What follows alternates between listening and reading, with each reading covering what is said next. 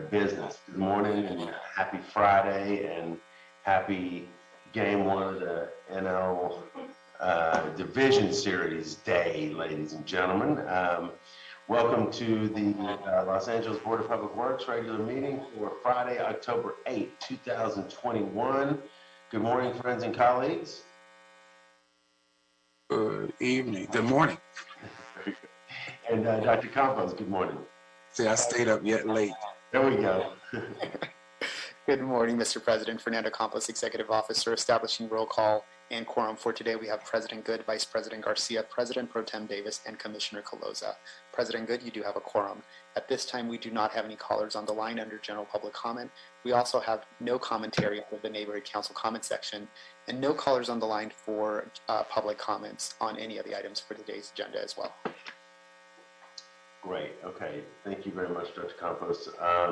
Let's get right into it. First off, we'll take the minutes from Wednesday, September 22nd, 2021. Do I have a motion to approve? So moved. Do I have a second? Okay. Thank you, Commissioner Caloza. Any concerns, Garcia? All right, hearing none, the minutes from September 22nd, 2021 are adopted forthwith.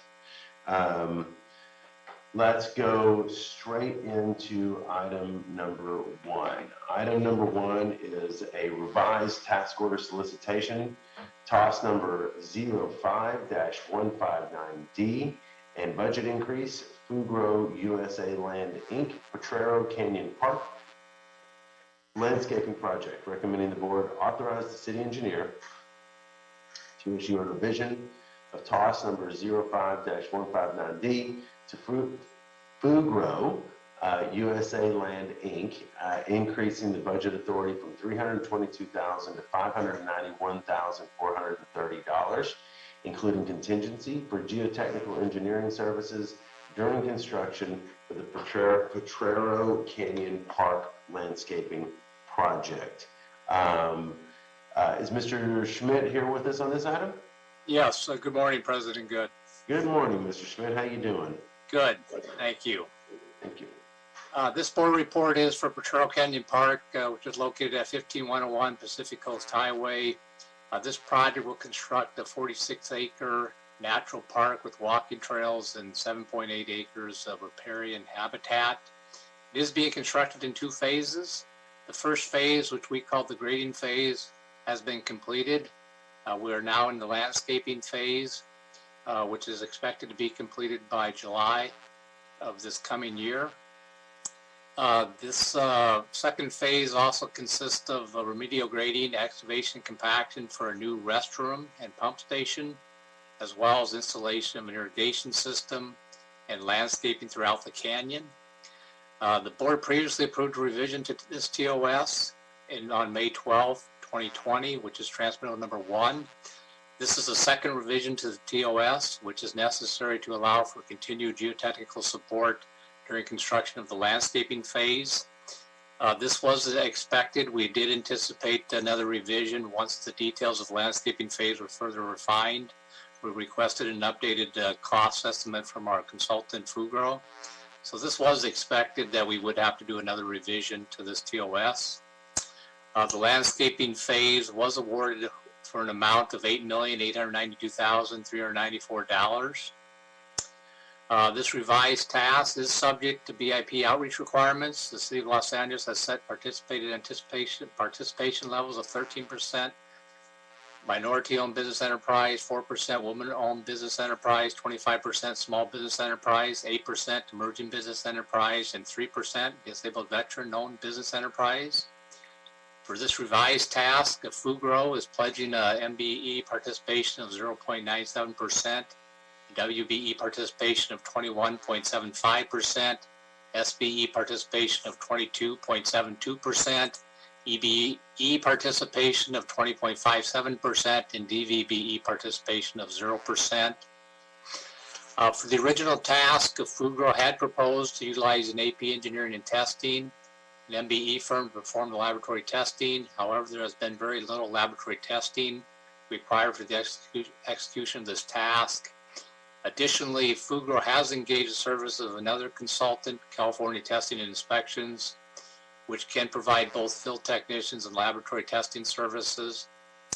And BC Laboratories has also been added to perform environmental laboratory testing services, which the other consultants are unable to perform. In this board report, we're also requesting a contingency of 15% to account for possible unforeseen conditions during earthwork activities and installation of the shoring for the pump station. Funding in the amount of $269,430 is available for this revised task in the Potrero Canyon Trust Fund. Fund number 100, Department 54, Appropriation Union number 00G998. This concludes this report. Does anybody have any questions?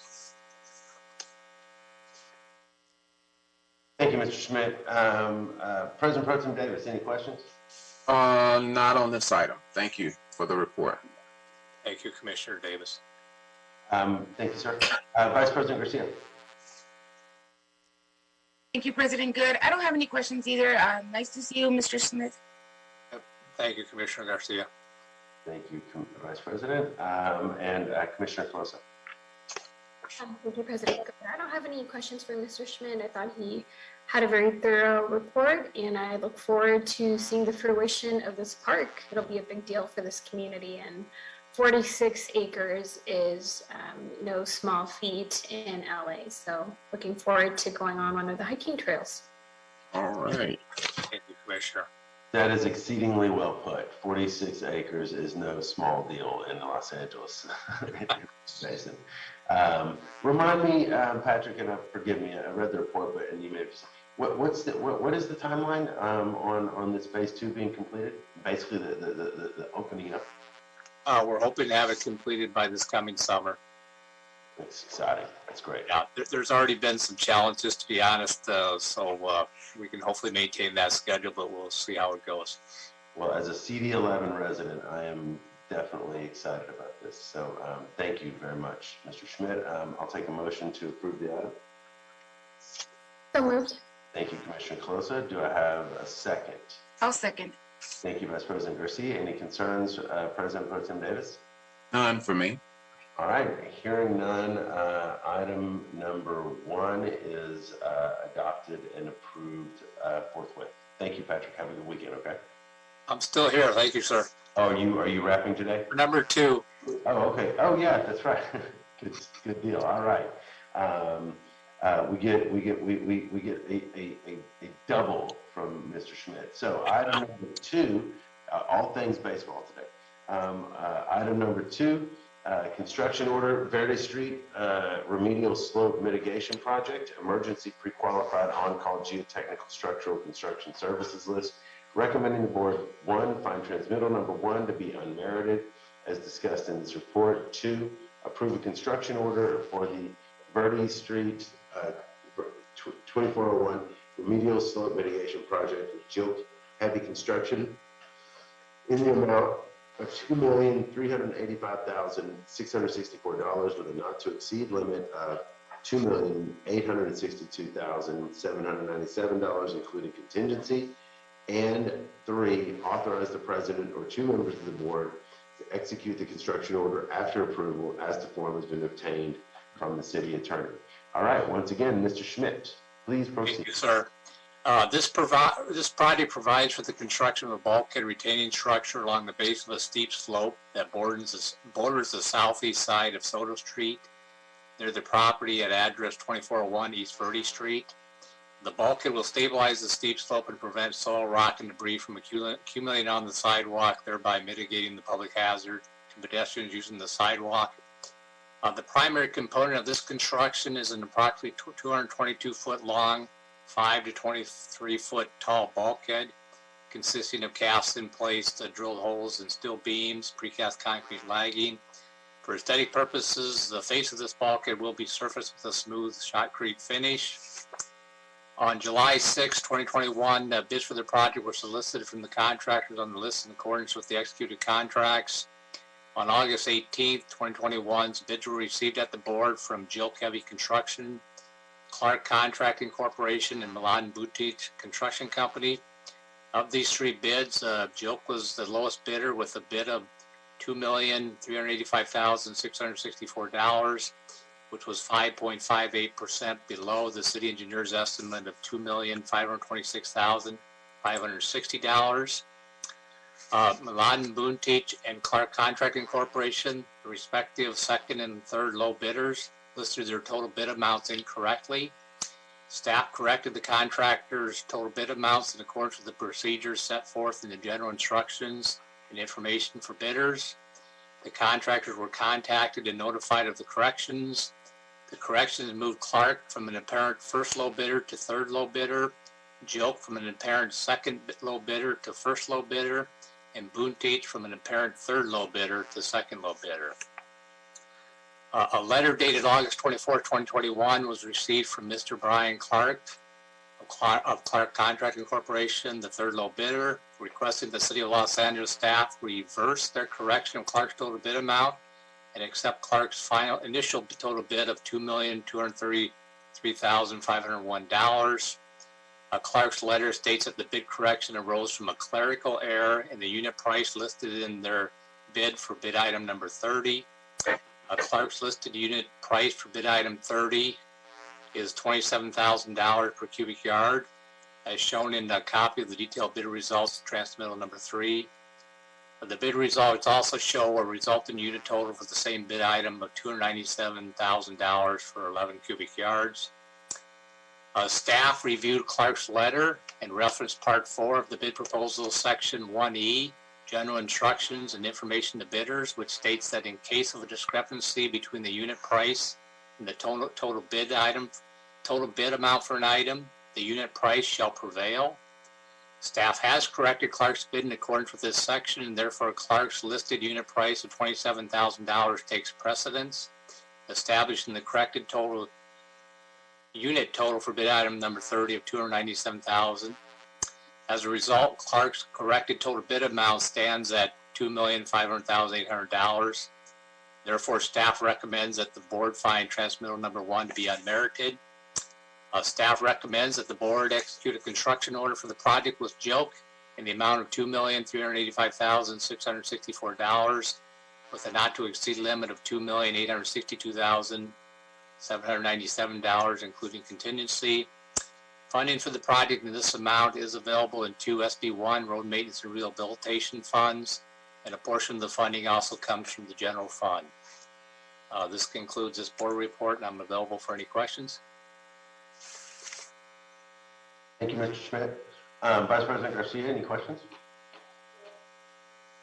Thank you, President Good. Mr. Smith, quick question. What prompted, what was the source of this, it's a mitigation, we're fixing something, right? It's a mitigation project, yes. What was the source of that? What happened that made us focus on this and fix it? It's actually, it's an no-cut slope that's been there for a long time. This slope's been raveling over the years. There was an adjacent property where a retaining structure was constructed. The homeowners of this property wanted their land to be protected. They've been losing some of their property as the slopes continue to ravel. They did reach out to the city attorney's office, so the city attorney's office has been involved with this project, and we're moving forward with it. The original scope of the project was going to be a little bit less, but in order to be compatible with what was done for the adjacent property, we did decide to do some additional work, and we're going to regrade. Part of the scope of the work will include regrading and stabilizing their property and reestablish their property line.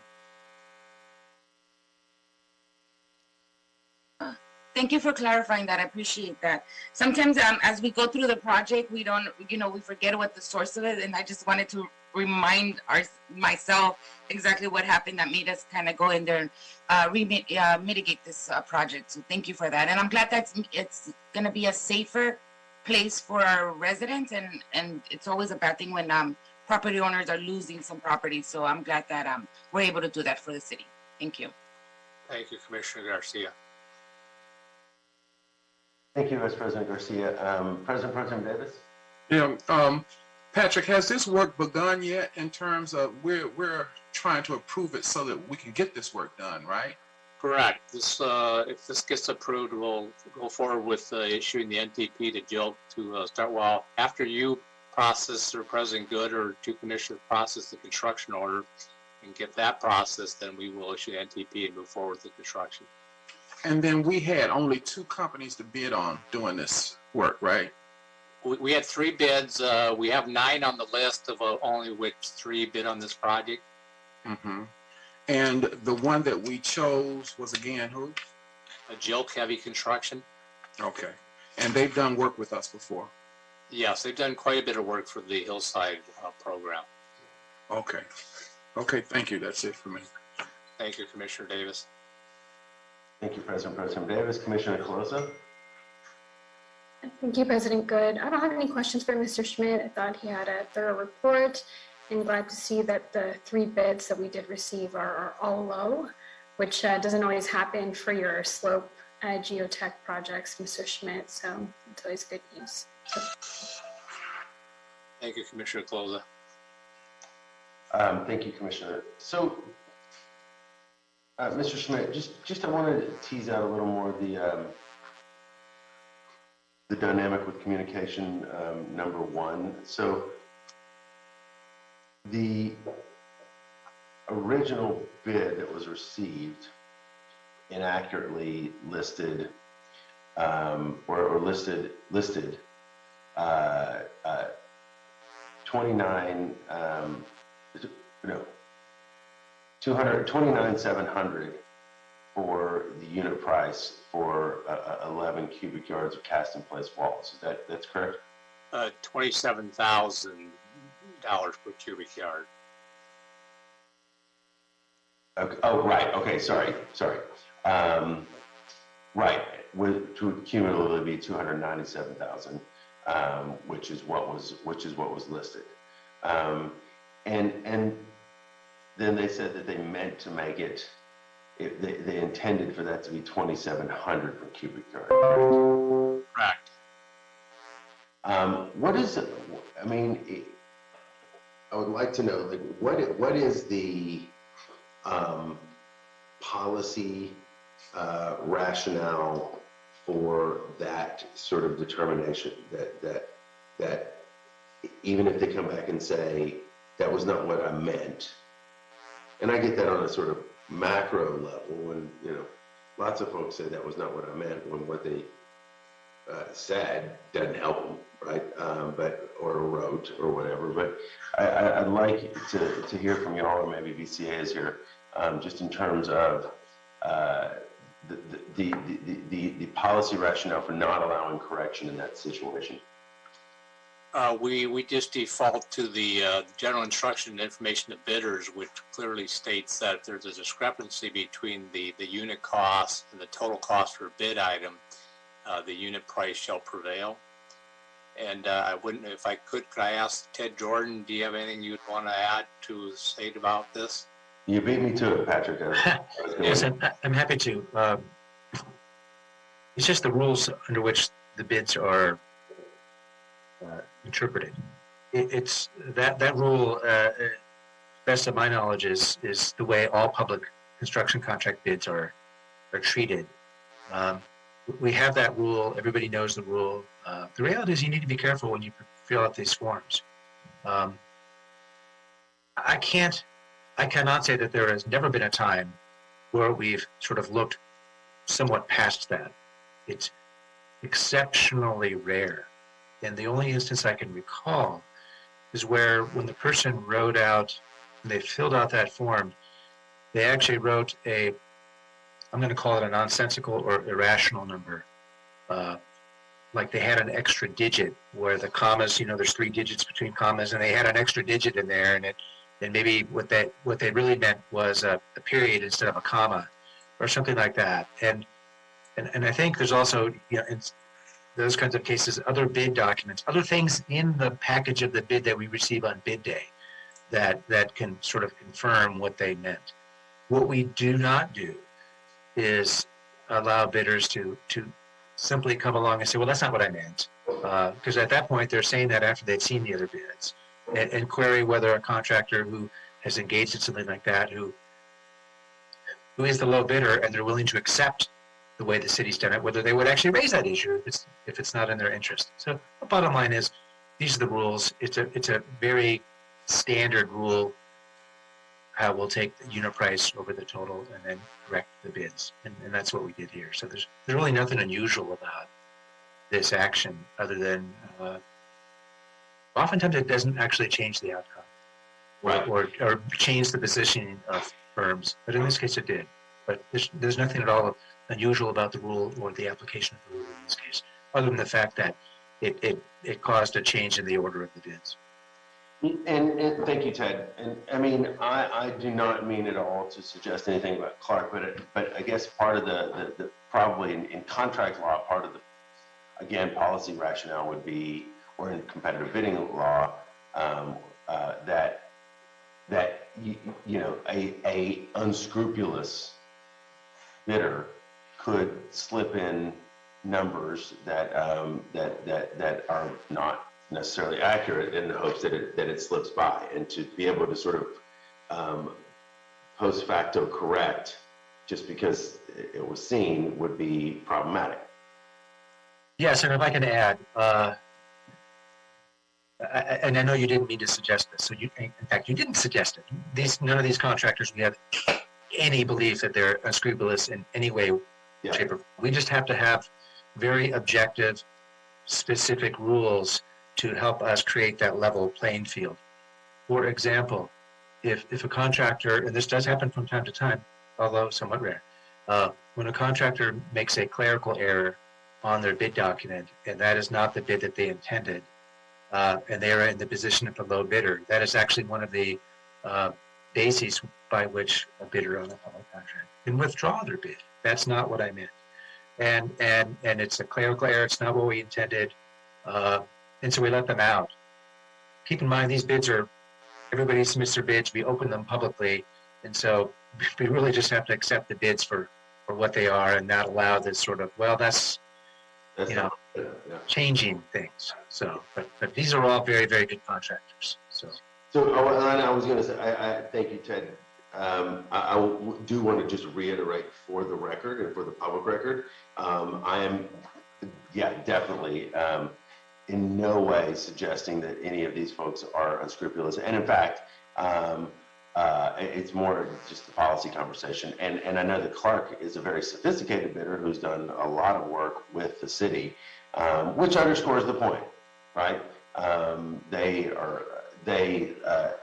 like everyone on here, are acutely aware of the exacting nature of bid law in this and city policy. So I just wanted to tease that out. And also for the record, and I think I've been really clear on this in the past, I do believe that these rules and these these very clear expectations are there for a purpose. They need to be there, and they're critical that we adhere to them uniformly, because the minute you stop doing that, the more that's a slippery slope, and everyone then you're moving the goalposts. So I'm just going to keep throwing metaphor in.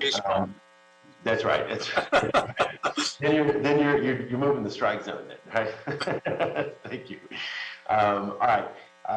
Thank you, Ted. Thank you, Mr. Schmidt. And one last question. I was just looking at this address online. So this is a residence, right? And basically, it's a slope in front of a residence? It's adjacent to a residence, correct? And they're just losing their sidewalk, all this stuff's coming down, et cetera. Yeah. Yeah, they're at the top of the slope, so they're losing some of their property, which traveling down onto the sidewalk. That's got to be mortifying. All right. Okay. Well, thank you, Mr. Schmidt. I'll take a motion to approve the item. So moved. Thank you, Commissioner Closa. Do I have a second? Go ahead, Dr. Davis. Second. Thank you, Dr. Davis. And then any concerns or objections, Vice President Garcia? All right. Hearing none, and I have none either, the item is adopted and approved forthwith. Thank you, Mr. Schmidt. Thank you, President Good, Commissioners, Mr. Jordan. Have a good weekend, everybody. You too. Have a great weekend. No moving the strike zone unless it helps us. Thank you. All right. Thanks, Patrick. All right, folks, let's move to item 3. Item 3 is, and one piece of housekeeping, in case anyone's confused in terms of what's written on the agenda. Item 4 is withdrawn, or we are withdrawing item 4. So if you're here for item 4, you don't need to be. We are withdrawing item number 4. Item 3. Here we go. Done my vocal exercises this morning. Grant agreement and resolution, California Natural Resources Agency's CNRA Environmental Enhancement and Mitigation Program and contract amendments, Los Angeles Conservation Corps and Koreatown Youth and Community Center for the Slauson Corridor Making Connections project. Recommending the board, 1, approve and forward this report with its transmittal to the City Council and Mayor, with the recommendation that the council, subject to the concurrence of the mayor, authorize the director of the Bureau of Sanitation or designee to negotiate, accept, execute, and submit all documents, including but not limited to applications, agreements, amendments, time extensions, payment requests, etc., subject to the approval of the city attorney as to form, which may be necessary to secure grant funds for the Slauson Corridor Making Connections project from the CNRA EEM program. 2, request that the council, subject to the concurrence of the mayor, adopt the accompanying resolution for certifying the approval of applications submitted to the state of California, as well as authorizing the city of Los Angeles to enter into an agreement with the state of California by the director of the Bureau of Sanitation or designee, which may be necessary to carry out the purposes of this resolution in compliance with the CNRA EEM program guidelines and requirements to complete the Slauson Corridor Making Connections project and expend grant funds prior to June 30, 2025 if awarded the grant. 3, authorize the Bureau of Street Services Urban Forestry Division to take over long-term maintenance and operations for all project trees. 4, authorize the Director of the Office of Accounting to make payments to LACC and KYCC for Bureau of Sanitation's project expenditures. 5, request the council to authorize the Board of Public Works and the Office of Community Beautification to amend the current contract with the LACC C-124509 for newer with work up to $300,000. Increase the contract ceiling by $300,000 and to extend the contract to June 2025 to match the terms of the grant. Funds shall be paid from LA County Safe Clean Water Municipal Fund number 60W, appropriation unit number 50 VX66, Regional Project Development and Revolving Funds. 6, request the council to authorize the board and OCB to amend the current contract with KYCC C-136652 or newer with work up to $200,000, increase the contract ceiling by $200,000, and to extend the contract until June 2025 to match up the terms of the grant and if the grant is funded. In addition, section 202 of the contract to include the Slauson Corridor and half-mile footprint for the community beautification elements of the amendment. Funds shall be paid from the Los Angeles County Safe Clean Water Municipal Fund number 60W, appropriation unit number 50 VX66, Regional Project Development and Revolving Funds. 7, request the council to authorize the controller, upon instructions from the director of the Bureau of Sanitation, to increase appropriation in the amount of $500,000 in the LA County Safe Clean Water Municipal Fund number 60W, appropriation unit number 50 VX66, and regional project development and revolving funds. 8, authorize the president or 2 members of the board to execute the contract amendment after approval as to form has been obtained by the city attorney. And 9, request the controller to make technical corrections as necessary. I know we got a gaggle of people here on this item. I think Ms. Schulenberg is here on the item. Ms. Washington, I believe, is here on the item. Mr. Roch is here on the item. Anybody I'm missing? All right. So who's leading the presentation? I will be. All right, Amy, good to see you, and please proceed. All right. Thank you very much. And sorry, we have the longest board reports ever. You don't. You Your don't. reading You skill, don't. quite impressive. So good morning, everybody and commissioners. Thank you for your time this morning. My name is Amy Schulenberg. I'm with LA Sanitation and Environment. I'm a project coordinator there. I'm here today to talk about our Slauson Corridor Making Connections Urban Forestry Grant. We have applied in March to the California Natural Resources Agency in their Environmental Enhancement and Mitigation program. So as we're looking at this grant, one thing that is important to understand is the Slauson Corridor itself. It is a highly urbanized east-west transit corridor in South Los Angeles. And as we're discussing the project, you'll hear often the Metro rail-to-rail path. That is on this north side of Slauson. Here in the photo, that's the right side.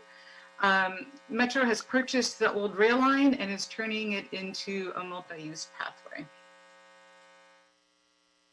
So when we're talking about our opportunities here on Slauson Corridor, I'll be discussing tree planting opportunities on the south side, which you see here on the left of the photo. Again, where we're looking to remove a lot of this concrete and plant some trees, as well as augment the planting that's going to happen on the Metro side. So on this photo, again, the right side of the project, the north side of Slauson itself. So the Slauson Corridor Making Connections project aims to green a barren transit corridor in South Los Angeles by planting 1,600 15-gallon trees and thousands of understory plants in the low canopy disadvantaged community, which is heavily burdened by major interstate highway and associated vehicular emissions. So we're looking at 1,600 trees, 1,400 of those we're expecting to be on that Metro path. So on this right side, you would see here. 200 would be street trees, so on the south side of Slauson and the immediate corners and adjacent streets. To do those street trees, those 200, we will be creating 160 new tree wells out of, so removing the concrete to do the planting on that south side. Historically, we were unable to plant within 100 feet of a rail line, and so I believe that is why Slauson has so few trees. Because they had the rail actually going down their corridor. Another great part of the project is that we hope to increase habitat and biodiversity by planting thousands of new California native understory plants. So anything sort of a shrub and smaller, again, in that rail-to-rail path. So looking at our project area, it is a 5.5-mile corridor of Slauson from Crenshaw on the west side to Alameda on the city border on the east side. It travels through CD8 and CD9, and you'll see here that the Interstate 110 cuts north-south through the project area. The community in the project area is in the highest percentile of socioeconomic and environmental burden. This is a map from the Cal EPA's Cal Enviro screen looking at both socioeconomic and environmental factors. There was quite a few affecting this community, and I put on this slide here today just a few that I thought were most pertinent, which is that there's a high number of children, higher than the California average, high poverty levels, the highest percentile, like 99th percentile for traffic density that I have seen on the mapping. And then it also comes in high on particulate matter. Again, the vehicular emissions coming off the 110 have never quite been mitigated for the community. This is a map, just looking at the Google Canopy Lab. They have mapping, and it shows by neighborhood council, this is the voices of 90037, that the area has 5% canopy on average. The city's average is about 21%. That does tend to be clustered in the more affluent areas. You can see in the dark green here on this map. So when we're looking at this area and we can tell that it's a highly disadvantaged community, we have this amazing opportunity in partnering with Metro on the rail-to-rail path. In this photo, you're looking west down that prior rail line along the Slauson corridor, and you can just see it's highly urbanized. There's a lot of industrial activity going on either side of that corridor. that we have this opportunity for pretty open green space. I did want to share with you, so you can get an idea of what Metro is planning on their side. This is a couple slides from the Metro design team of a before of the Slauson corridor, and then after. And here you see a conceptual drawing of how they're planning on improving it with bikeways, pedestrian pathways, better transit stops, security lighting, hopefully some colorful murals. They're really trying to increase this as an amazing opportunity for the community. Heather Repenning from Metro likens this to sort of like the High Line in New York, or if you know Atlanta, the Beltline, where we can really use an older rail line as a new amenity. So we find that partnering with Metro gives LA San and the city of Los Angeles an amazing opportunity to augment California native and large canopy trees planted in the city. It is quite hard sometimes to plant larger trees, and especially our California natives, because of the restrictions we have on our growing space in busy transit corridors.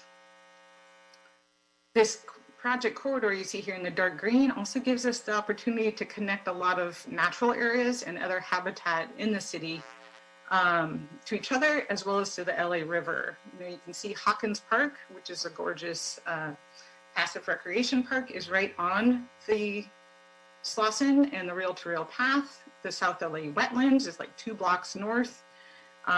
Several other small community and neighborhood parks as well.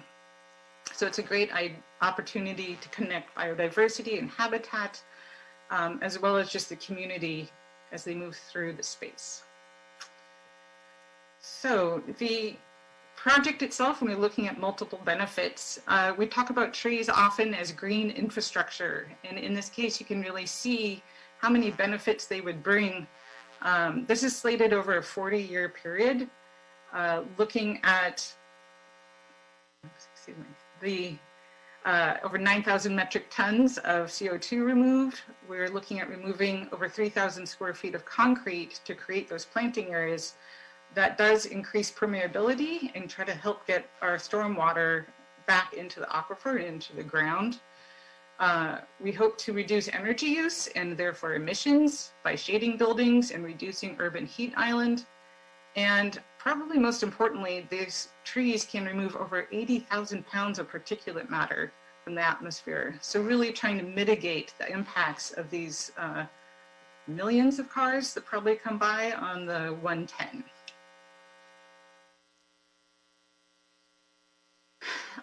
So just a few project details today. It is a $500,000 grant. We have in-kind funding of $352,000 in in-kind funding. That comes from city plants in the shape of donated trees. They're looking at 600 15-gallon trees for the project. And then Metro also is installing irrigation and will be maintaining all of the trees and plants in the pathway for perpetuity as long as they need to be established. The work on the grant will be done by our local nonprofits, Los Angeles Conservation Corps and the Koreatown Youth and Community Center, doing the planting, concrete cuts, and watering. And then if awarded, this project would run from January 2022 through March 2025. So we're here today with the board. As President Good read aloud, we had 9 points on there detailing some of the contract issues and the resolution that we need for the grant. But then we also had our breaking news. We found out on Monday that we have been selected to apply for the 3rd and final round on the grant application. The state agency gave us to November 3rd to have another complete application submitted, and that does need to include the resolution that is in the board report.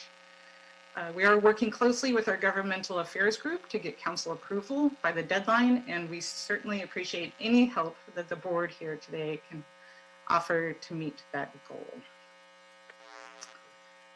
And that's it for the show. Again, my name is Amy Schulenberg. I'm with LA Sanitation and Environment, and I can leave up this slide I love because if you look at the riders waiting for the bus here, that's the 110 in the background. It is obviously quite hot. And even if you look at the right side of the photo, there's even someone just waiting in the shade of that stoplight pole. Like, so what this project hopes to do is increase the quality of life for every resident in the South Los Angeles community to give them a pleasant green amenity in their neighborhood to walk to the corner to wait for the bus and have hopefully reduce also our urban heat and have a happy, healthy life. So to that end, I will pause that and stop sharing the photo, unless there's any details on the slides you would like to see. Thank you, Ms. Schulenberg. I think probably good, unless anybody asks, but what I'll do is hand it over. Any questions from Commissioner Caloza? We'll start with you. Great, thank you, President Good. Thank you for your report, Ms. Schulenberg. Appreciated all the rich data that you shared about the population and the community and the need. I know it's, sorry, there's a siren. Just give me 1 second. Oh, siren, I'm sorry, that was a police car. I thought that was really helpful. I think it's great, and congratulations to the LACN team for getting the great news of making it to the 3rd round. When will the state make a decision about who will receive this grant? As Amy stated, this is Deborah Washington from FMD. As Amy stated, the grant awards are expected to be made between primarily in January of 2022, but it may have up to March to make that decision. As she explained, in terms of the whole selection process, we submitted a project proposal back in March, which then led to, that's step 1. Step 2 of the proposal process was the on-site field visit. We received notification of that we made it to step 2 back in July. We had a virtual field inspection which took place on August 30th. And as she stated also, we just found out this week on Monday that we made it to step 3. And we have to submit the last bit of supporting documentation, which is due by November 3rd, 5 p.m. Thanks, Ms. Washington. I just didn't catch when the actual award selection will be announced. Yeah, and then the final, yes, the awards January 2022. Yep, thanks. Thank you, Ms. Washington. You're welcome. And the question that I had was also around the selection. Can you explain how we selected KYCC and LACC? I had that question mostly because I know you're doing a piggyback, of course, off of the contractors list that we have with the Office of Community Beautification. If I remember correctly, there's other nonprofits that are servicing the South LA area. Can you explain how that was selected? Certainly. Los Angeles Conservation Corps and KYCC are the project partners for the area of Slauson itself. It's actually splits at the 110 with LACC on the east side and KYCC mostly on the west side of the 110 along the Slauson corridor. So this would be work in their area directly. LACC has done thousands of concrete cuts for me, and they do an amazing job. That is a strength that they have. So we knew that that was a very solid choice there, that they have the ability to do that work, where some of the other nonprofits are not set up for concrete cuts to make those tree wells. And then KYCC additionally, we're expected to be doing the watering on those 200 street trees, have also done a phenomenal job on our projects in South Los Angeles. So they are both well experienced in the work that we're asking them to do, and this is their project area. Okay. Maybe I was misremembering. I thought it was like the a different service provider coalition. I forget the exact name. CRHDC. Community Coalition? Yes, yes. Community Coalition. Yeah. CRCD. Yes, thank you. I need to phone a friend. That's in the 9th District, CRCD. Got it. Thank you for clarifying. I don't have any more questions for this.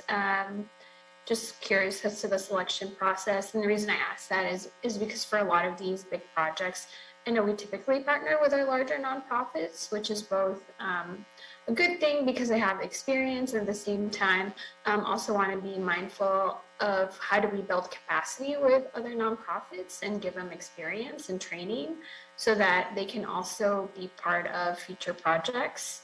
Because I know more funding opportunities like this will hopefully be coming to LA, and just want to see how we can train our other contractors as well, and make sure that we continue to build our bench, because we do typically see the larger nonprofits be the leads on this. And so I guess that's the note I asked Elisan to think about, is like, how do we give this experience and maybe use this as an opportunity to, where possible, do some training for some of our other nonprofits, whether as a sub or some other way, and hopefully for, like I said, for future projects, you can build a bigger bench. But congratulations on making it to the third round. Very exciting. That's a lot of trees in South LA. So the community will be reaping the rewards for that. So thank you, and keep our fingers crossed that we'll get this award. Thank you. Thank you, Commissioner Colosa. President Pro Tem Davis. Yeah, I would like to thank Commissioner Colosa for that great observation. I think that when we do this work, we certainly want to keep that in mind as a priority. Reinvesting not only in improving the infrastructure of the area that we're going to work on one hand, but also involving those from the area in the work if we can. To that end, I would like to ask that when we look at Los Angeles Conservation Corps, some of the residents that are in their program are from that area. Is that correct? Often it is the case. On our Boyle Heights grant that they're working on, they have 7 local hire from Boyle Heights that are working on our other California Natural Resources Agency grant currently underway. So I would definitely be checking, once it was closer, I would check with LA Conservation Corps and see what they have in terms of hiring from the community. Yes, we would want to reflect that very same value here as well, because some of the data is very similar in terms of high unemployment rate, as much as we have deserts of no canopies. So again, I like the fact that Commissioner Colosa has observed that, and certainly it is important for us. It's so easy to not necessarily embrace no intent, but so critically important, because when we come down with a project, we want to make sure that we are able to touch the people that have worked there in that way. I think that's one of the things that a great government can do. But let me thank you for the work that you're doing and the area that you have chosen. I think this is exactly where we need to be. You've mentioned that you've done it in Boyle Heights, and I think we absolutely need to do it in South Los Angeles. And that to improve it is going to make all of the world a difference. I think it's a potential project demonstrating excellence if it turns out to be the way that we envision it to be. So that's my observation, and I want to thank you for that. Thank you, Mr. President. Thank you, President Pro Tem Davis. Vice President Garcia. Thank you, President Good. First, I want to thank both my colleagues for really bringing up really good points. Commissioner Colosa and Commissioner Davis on just making sure that also we, in the future, we also look into including more of the other smaller nonprofits that, like Commissioner Colosa stated, probably do not have this experience, but would benefit from growing and understanding this type of work so that they can grow themselves as well. And vice versa for us, we'll have a diverse and possible contractors that, we can diverse the money and make sure that it goes in different ways as well. So it goes both ways. So I just want to thank both my colleagues for making those both statements that are really important. Amy and team, I just want to say congratulations, and this is a very exciting. This is, you know, I really do love working with the whole grants unit and the grants task force that we put together. And so anytime a grant comes toward the way, it's exciting. And so it's exciting to see that we're at this point, and that the focus of the work is in South LA, and the fact that we are going to plant 1,600 new trees in a community that for many years has not had it.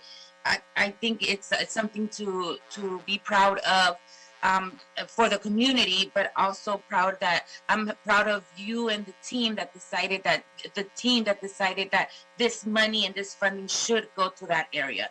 So whoever made that decision and whoever took it that route, whoever that was, I just want to say thank you for making sure that happened. I'm very familiar with that area, and it is so needed. The last picture you showed with the kids waiting for the bus, they look like young kids. I don't know if they were or not, but they kind of look like it. With the young kids waiting on the bus, with just kind of standing around on just concrete. You know, at this point in time, we shouldn't have that anymore. So I'm happy that we're going in there with so much to do, which brings me to one of my questions. I saw that there will be other improvements in the area.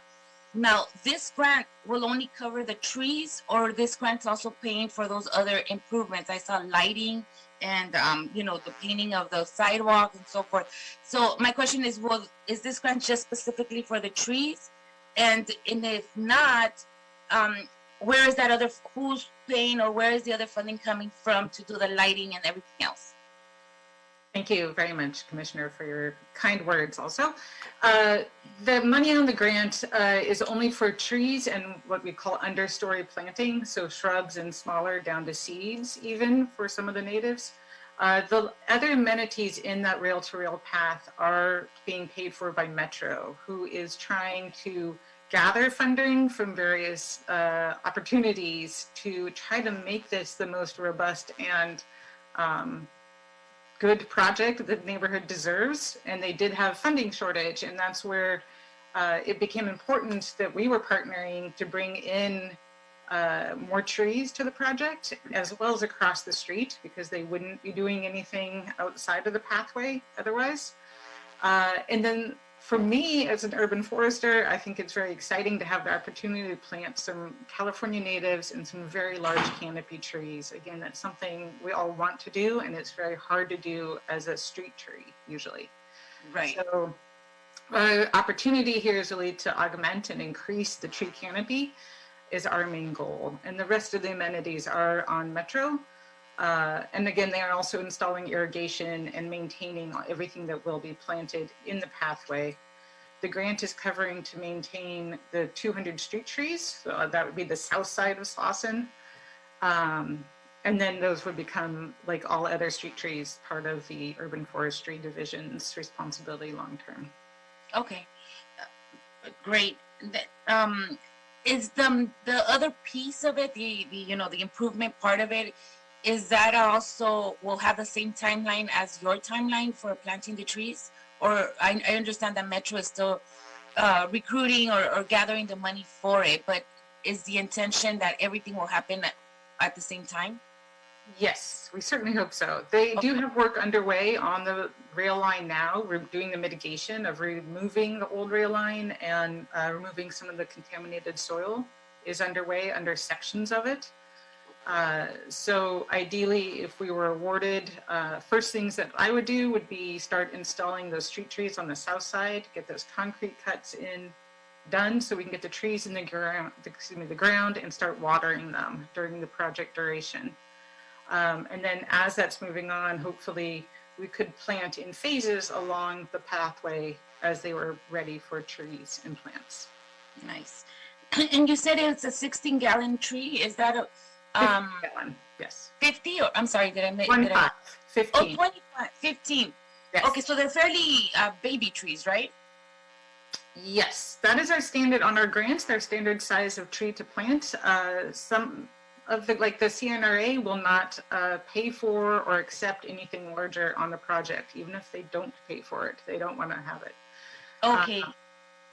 But 15-gallon trees can do quite well out there. Okay. That was actually my going into my point. So thank you, Amy. I was just wondering, why are we planting such small trees, and how long will it take to provide the canopy we're looking for? But I understand the parameters around the grant and the money and the funding.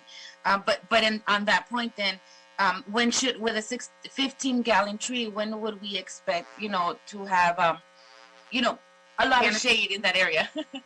Well, the good news with a 15-gallon tree, which is what we've been planting on our Boyle Heights grant that you might be more familiar with, that is a 15-gallon tree. They can be anywhere from, let's say, 6 to 12 feet tall, depending on the type of tree and the stock that is available in the time of year.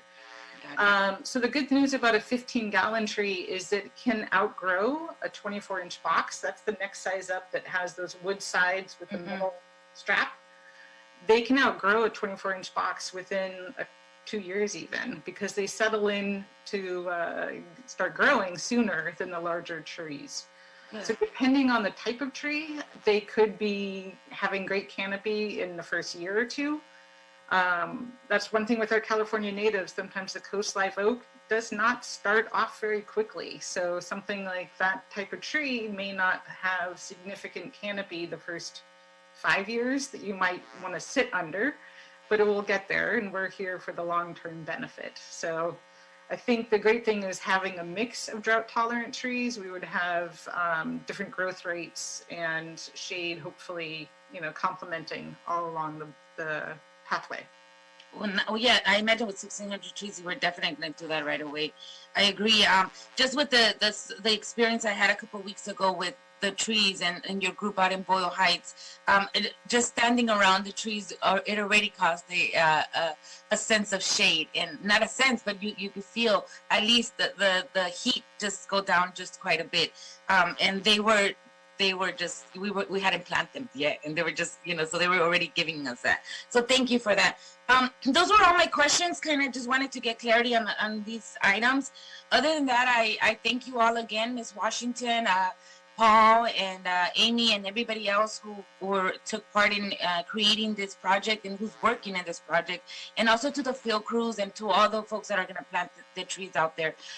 Just congratulations, and thank you for focusing in that area. Thank you. Thank you. Thank you, Vice President Garcia. So just to be clear, we haven't received the grant yet. We've just been invited to go to the next phase, which will be due in November, correct? Yes, that's correct. But we're fairly confident, or am I just being wildly speculative, and is that relevant? Is there a baseball analogy in here I could make? We're in the 8th inning. I think we're going to have a very good chance. It is such an amazing project that I don't know if I am disillusioned by that I want this project to happen because it is so fantastic, but I think the CNRA also thought it was a very worthy project. I would just add that in my experience as well, and I'm sure Amy and Ms. Washington know this too, when you're kind of invited to the third round, it's almost, you're there already. You're almost like, 1-0, ninth round. You just got to submit the paperwork, and that's it. They try not to invite people to the third round just to say no. So you're entering the later innings, your batting average is high. And on third base. And you've got runners out on third and second, arguably. Very, very good. This is an outstanding project. Really, really exciting. Much to talk about, but it's all been covered. One other thing I would add is 160 new concrete cuts or tree wells. All of us have been around this block enough to know that is difficult, expensive, really, really meaningful, and sort of needle moving in terms of this, not just trees, but to actually have the wells. It's really on corridors like that where you don't have them. I mean, it's really crucial. So that is wonderful. I don't have anything else. This is exciting and really look forward to watching the game-winning hit. B, going out and helping when we get going with things. That'll be fun too. So you have to promise Amy and Deborah and Paul that y'all will invite us to come out. So I will motion to approve the item, and I will entertain a second. Second. Thank you, President Pro Tem Davis. Any concerns or objections, Colosa or Garcia? Hearing none. Thank you all so much. The item is adopted and approved forthwith. Ms. Schulenberg, Ms. Washington, thank you all very, very much. Good luck. Paul, good luck, and we'll talk to you all soon. Have a great weekend, okay? Hey, thank you. Thank you so much. All right. Colleagues, I see Mr. Benuelos has joined us for our next item. I am going to call for a 5-minute recess. We will return, we'll make it 6 minutes. We'll return at 11:20 in the a.m. All right? All right, thank you.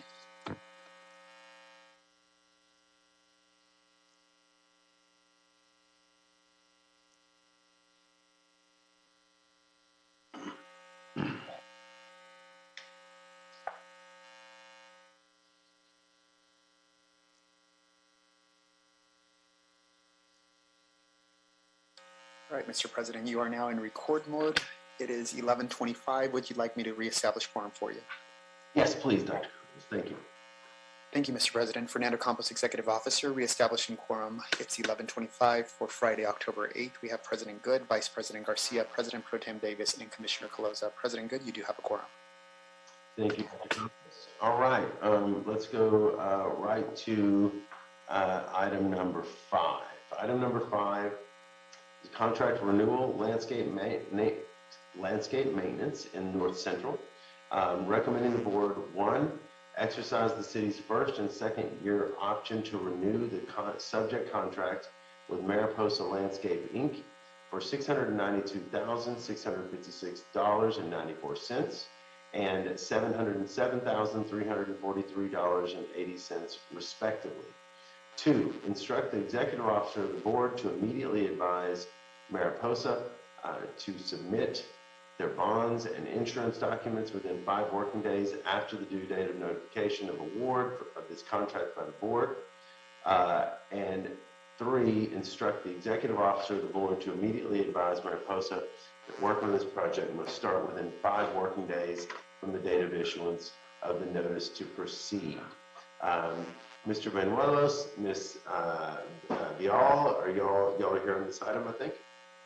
Yes. Good morning, President Good, Commissioners.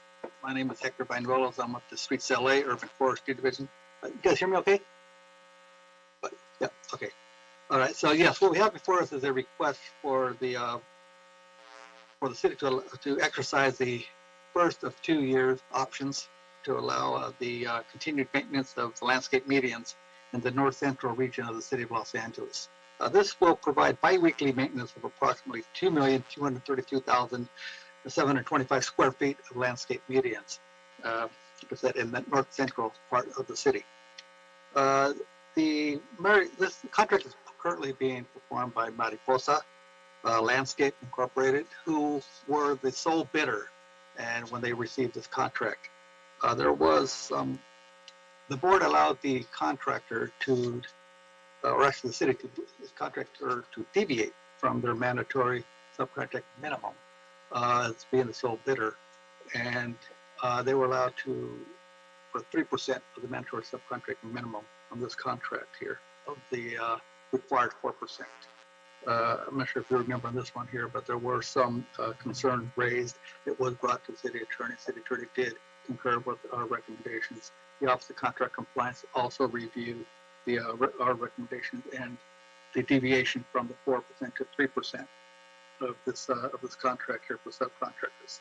The subcontractor is a small business enterprise, an emerging business enterprise, and a disabled veteran business enterprise. And the Office of Contract Compliance did review all the business inclusive program and mandatory subcontract minimum requirements, and did approved, and or they did not find any irregularities, and they did comply with all the requirements. So we're asking that the board allow the city to exercise the first year option for this contract so they can continue maintenance of the North Central region. That concludes my presentation. I'm here to address any questions the board or public may have. Thank you, Mr. Benuelos. Let's open this up for questions. President Pro Tem Davis? Could you tell me the time period of this project, Mr. Benuelos? Yes, this one here was approved by the board back in May of last year, and due to the mayor's belt tightening restrictions, or actually procedures, there was delays of several months before we could actually award this contract, which led to the medians being in neglected state, unfortunately. So I see. delays. I see. And what is the fee that we are allocating for the service that we are obtaining from the vendor? You mean the total bid amount? Yes, sir. Oh, yes, okay, yes. Total cost, the value of this contract for this year is $692,656.94. And you said that we had how long of a wait in terms of being able to bid, to go out to bid on this? Well, it went out to bid. We received the bids, and on May 5th, it was awarded, approved by the board to award. Oh, I see.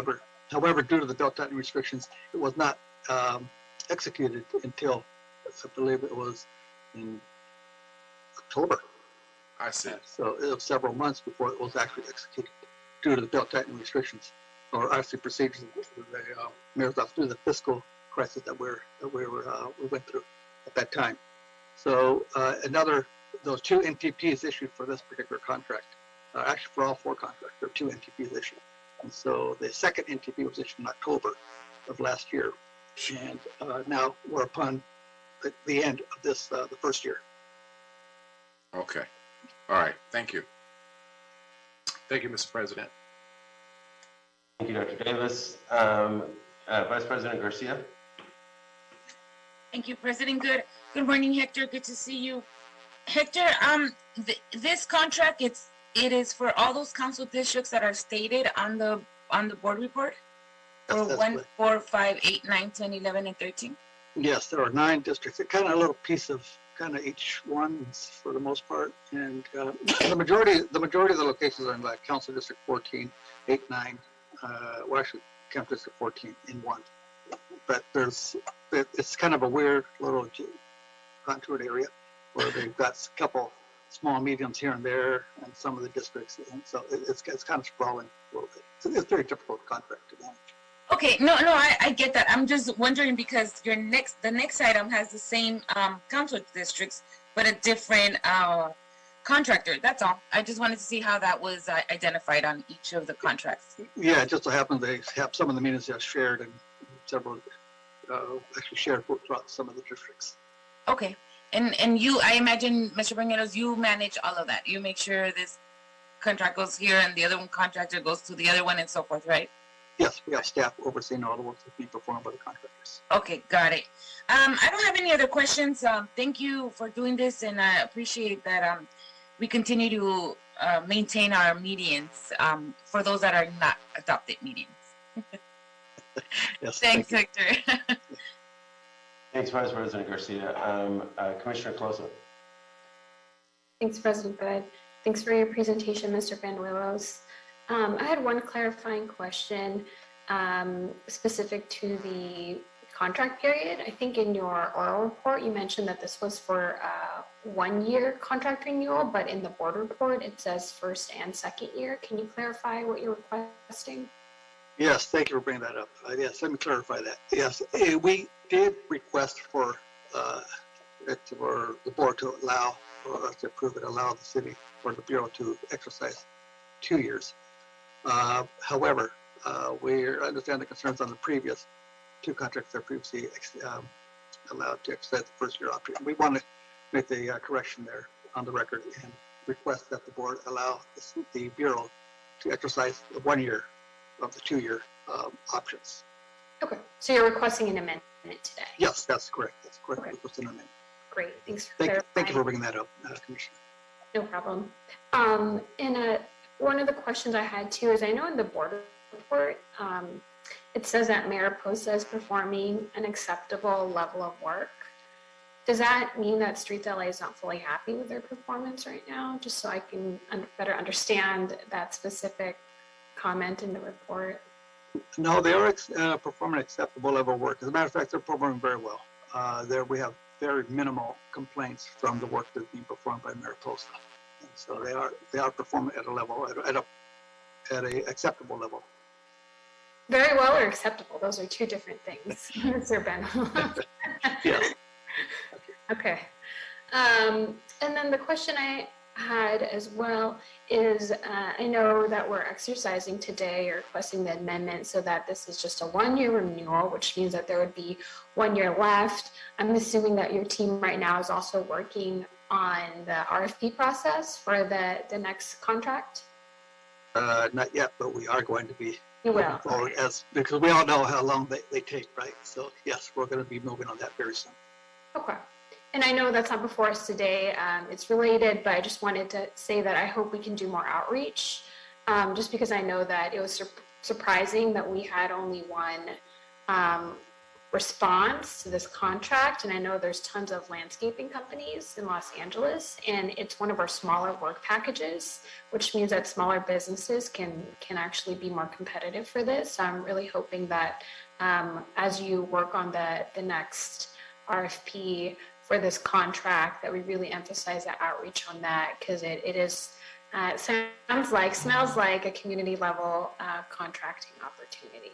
So those are my only comments for this, but thank you for your report and presentation. And Mr. Jordan has his hand raised. Yes, thank you. Commissioner, I agree. It's always good when the city gets more than one proposal, and especially for work that, there are undoubtedly many firms that can do it. Although we do, working in the right of way, it's not necessarily the easiest work. One thing I might suggest is for the Bureau to think about maybe broadening the outreach so that it's not simply on LA Bavin, which is where all of our contractors and bidders need to sort of pass through, but perhaps there may be some certain targeted applications that draw more attention to our contracting opportunities. Of course, contractors would still need to register through Bavin, but we may be able to try to cast a wider net here. Thank you, Mr. Jordan. I completely agree, and look forward to having a more diverse pool next time. But I thank Mariposa for all their work. They are a DVBE, MBE, and is it SBE or an EBE? I believe there are MBE and LBE. And Minority Business Enterprise and a local business enterprise. Okay, I've confused all my BEs then. Yeah, a lot of weebies there, yes. And there are subcontractors also, a disabled veteran business enterprise. Okay. And small business enterprise as well. And that's great. This is exactly the kind of business that we want to support, and at the same time want to continue to make it be a competitive pool still. So I'm glad to hear about their progress so far. And I don't have any further questions for you, Mr. Benuelos. Thank you, Mr. Filosa. So Mariposa is an MBE? Yes. Where is that in the report? Because I didn't come away from that or with that. I just for my own edification in the report, just because I was not clear on that, and that's great.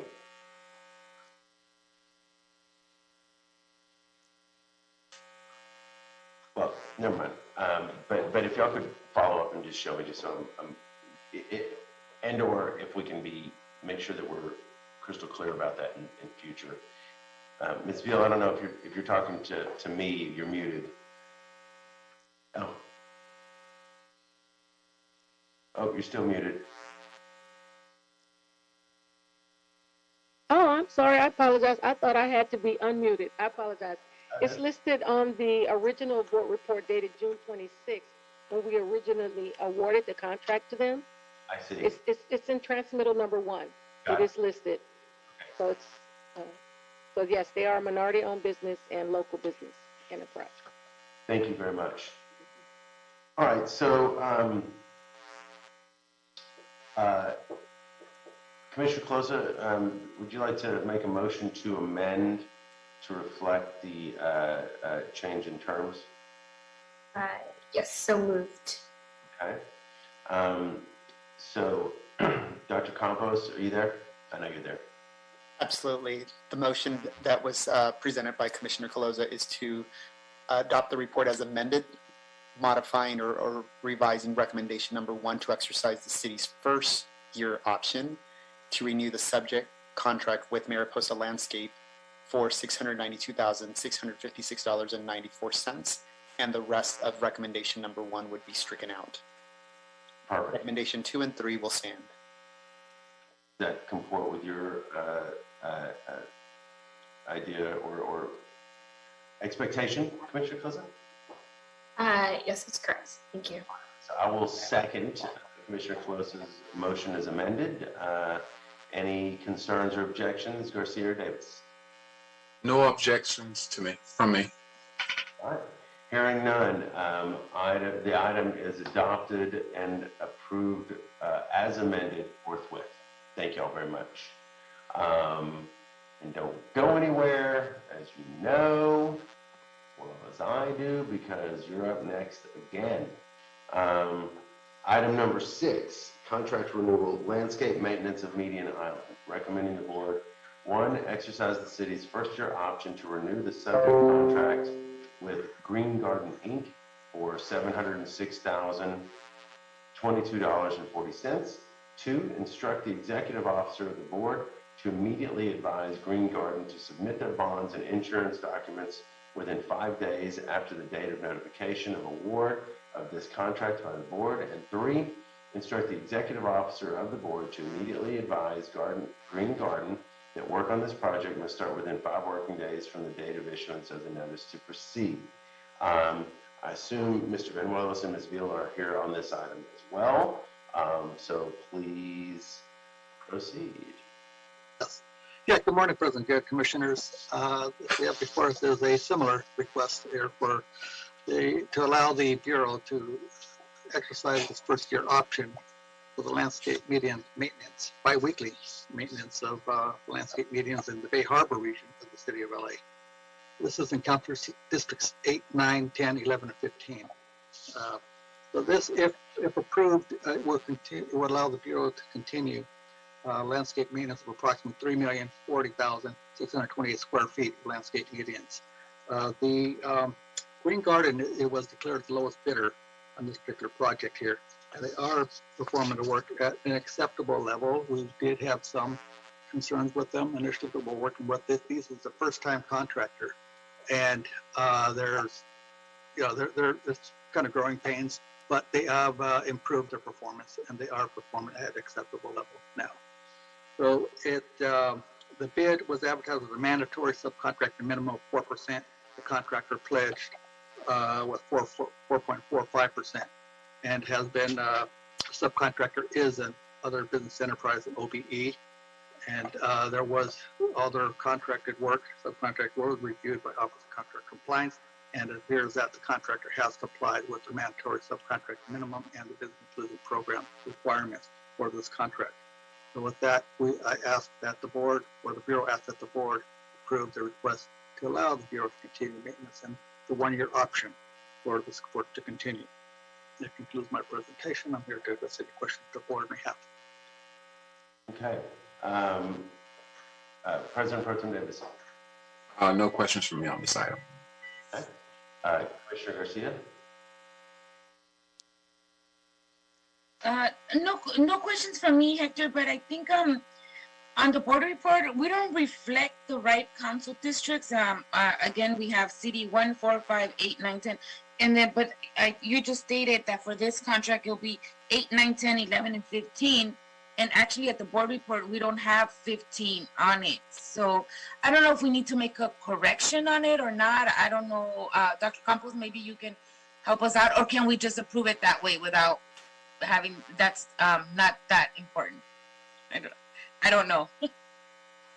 Vice President Garcia and Fernando Campos, Executive Officer, we can definitely notate that additional comment in the journal so that the record is clear that it does include the additional council district. Okay, good. But we don't have to make an official amendment, right? That is correct. You would only amend the report if it's an amendment to the recommendations before you. Got it. Okay, perfect.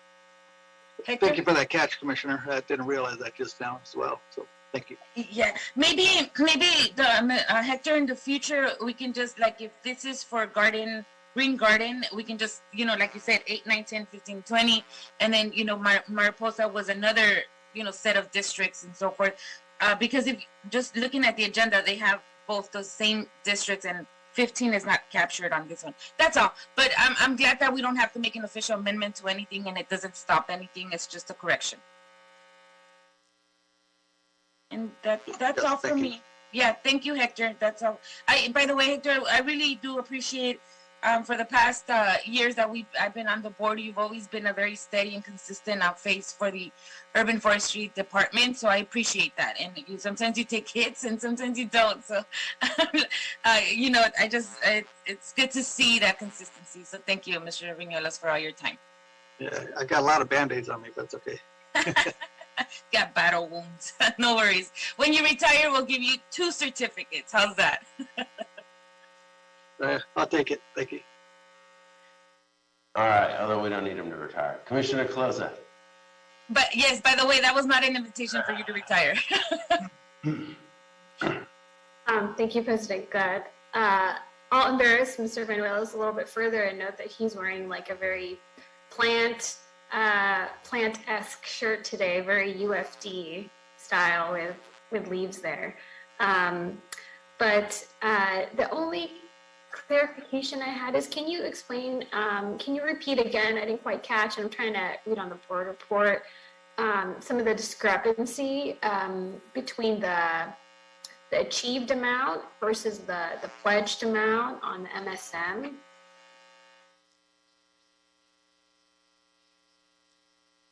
Sure. Okay. Yes, they've pledged the 4 point.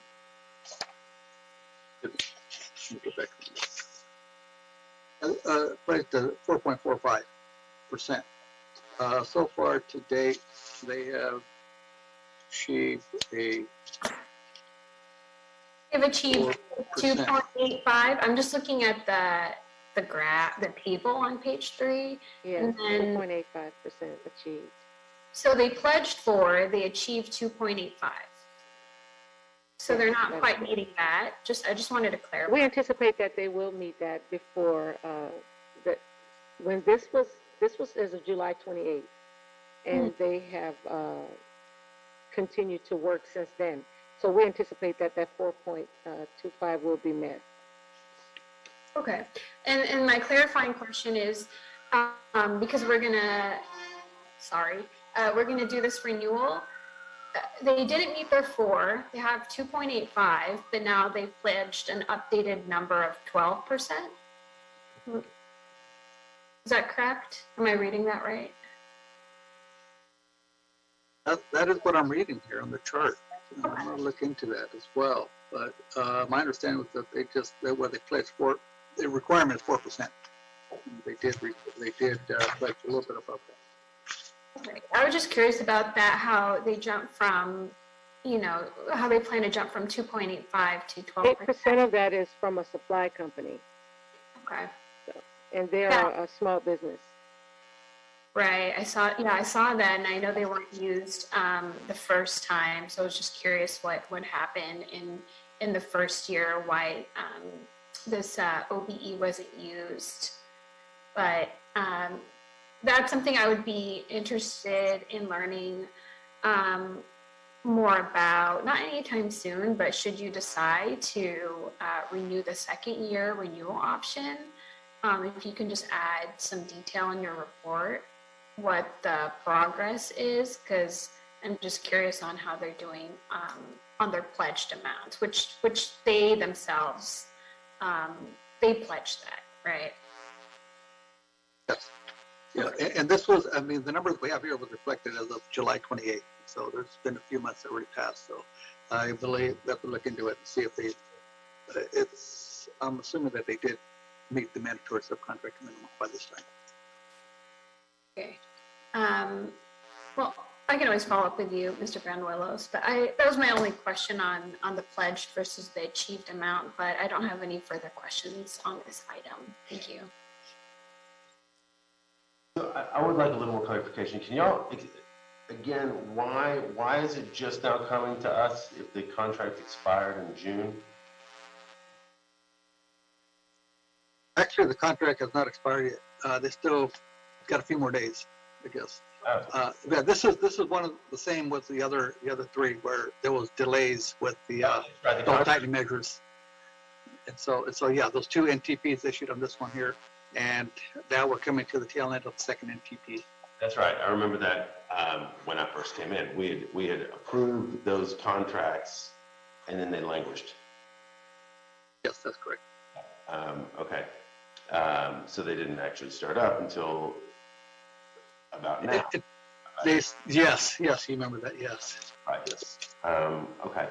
And I would just echo Commissioner Colosa's curiosity around those dynamics. One other quick thing, and call me limited in my understanding, but on the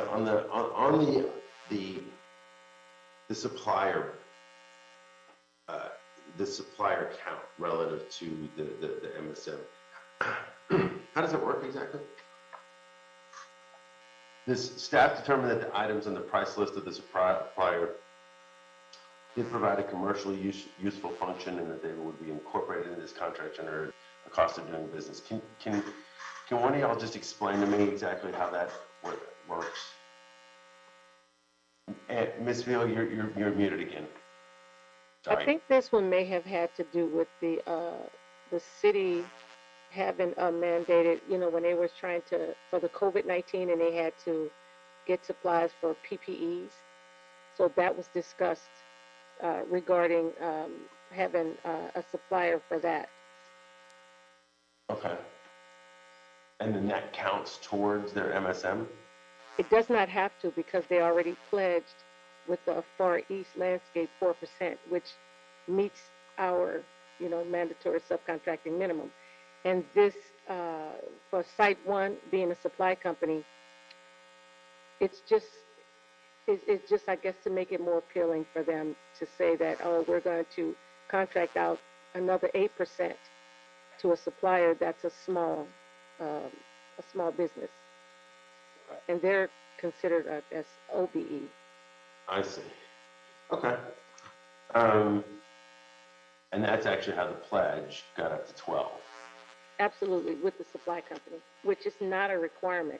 It was just something, I guess, that they presented to us to be more appealing to I guess, to give themselves they did it in such a way to give them that advantage to get the award. Right, got it, okay. All right, I don't have any more questions. I'll take a motion to move the item. So moved. Thank you, President Pro Tem Davis. Do I have a second?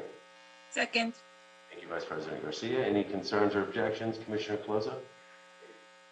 All right, hearing none, the item is adopted and approved forthwith. Thank you all very much. Thank you. Have great weekends. Thank you, you too. Okay. All right, that brings us to item number 7.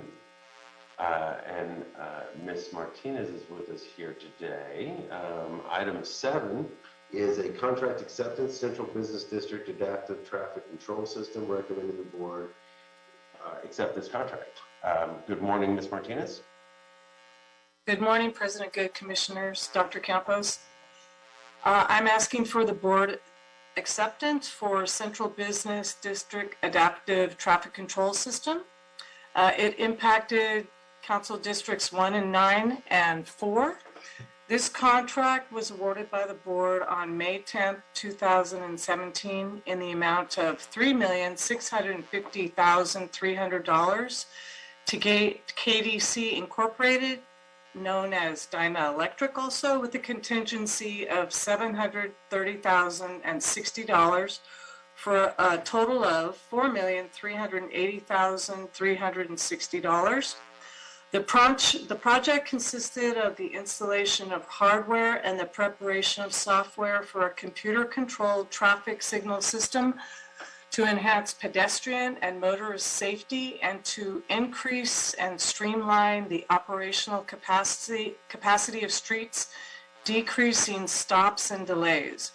The scope of work included replacement of signal controllers, traffic signal standards, actuation loops, conduit, fiber optic cables, poles, cameras, and visual data communication equipment. 147 change orders were issued and increased the amount of the contract by $757,757,000.46. Subsequently, 130 participating change orders were issued, increasing the contract amount by $123,997.62. 17 non-participating change orders were associated with this project, were time sensitive, and had budgetary constraints. These non-participating change orders were comprised of small improvement projects at various locations, and they received funding from separate sources other than the original contract. The Department of Transportation had determined that the non-participating change orders were beneficial in time and cost to implement them through the Central Business District ATCS project instead of going through BOE's bid and award process. Funds were provided by the Transportation Grant Fund. The contractor has complied with all other EEO and labor compliance requirements. All work was completed on February 12th, 2019, and there were 3 subsequent releases of disputed funds based on information incrementally provided by the prime contractor, and currently all issues have been cleared. The final release of disputed funds was June 19th, 2019. There are no disputed funds remaining, nor unresolved claims or property owners' complaints. That concludes my report for agenda item 7.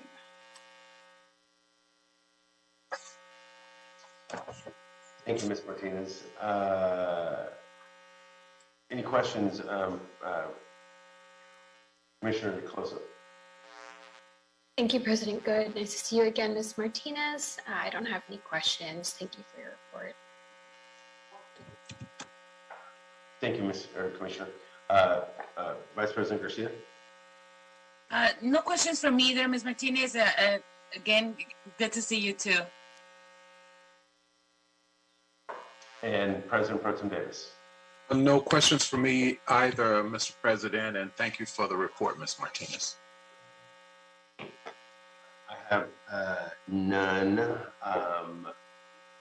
I'll take a motion for this to move forward. So moved. Do I have a second? Second. Any concerns or objections, Commissioner Close-up? All right, hearing none, this contract acceptance is adopted and approved forthwith.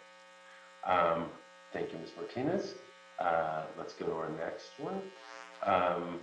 Item number 8, contract acceptance, sidewalk repair program, small sidewalk repair access request acceleration package number 5, recommending the board accept this contract. Angela Martinez again.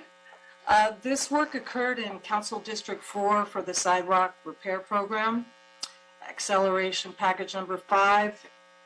On February 28th, 2020, a contract was entered into the city and Access Pacific Incorporated in the amount of $54,093.49 with a not to exceed limit of $99,999.00.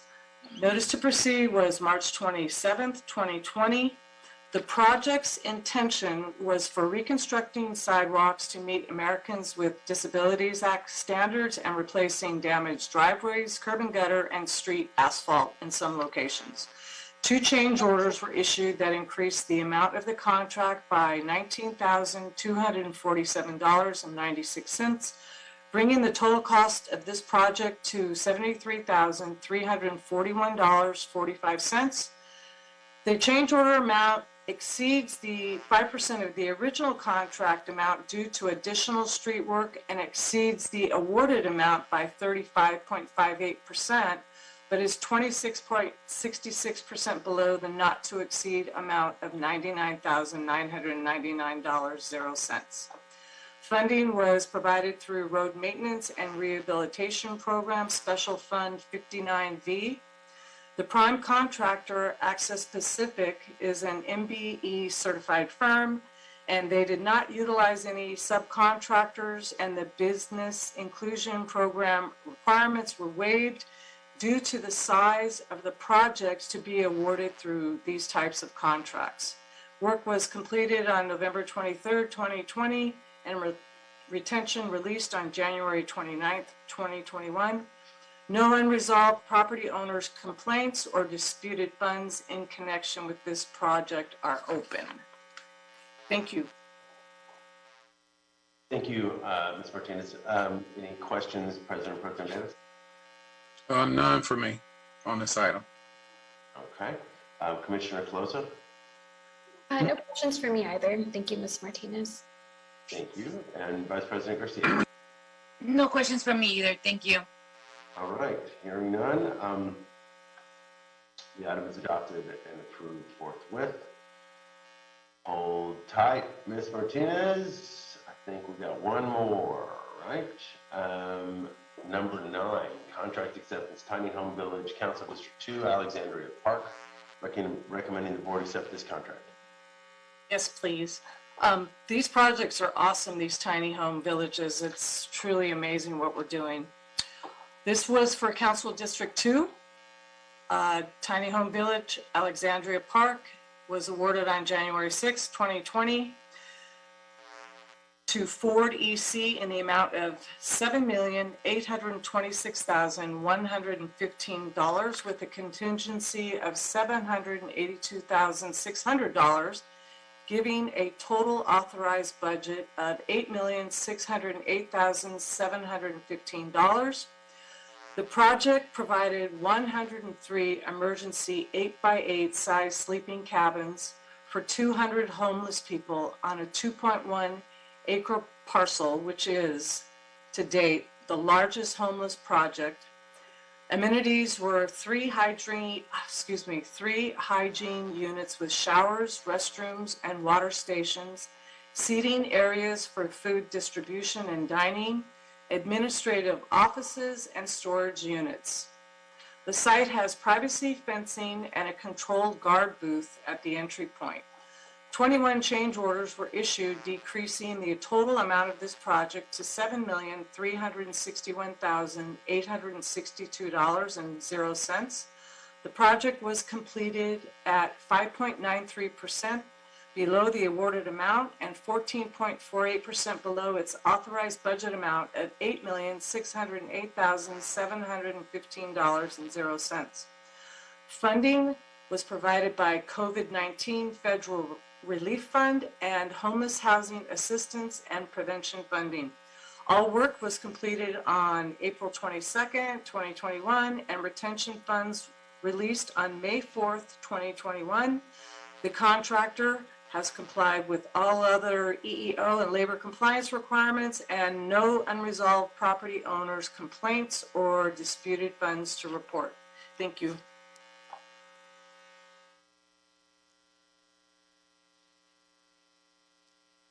Thank you, Martinez. All right, any questions, Commissioner Calosa?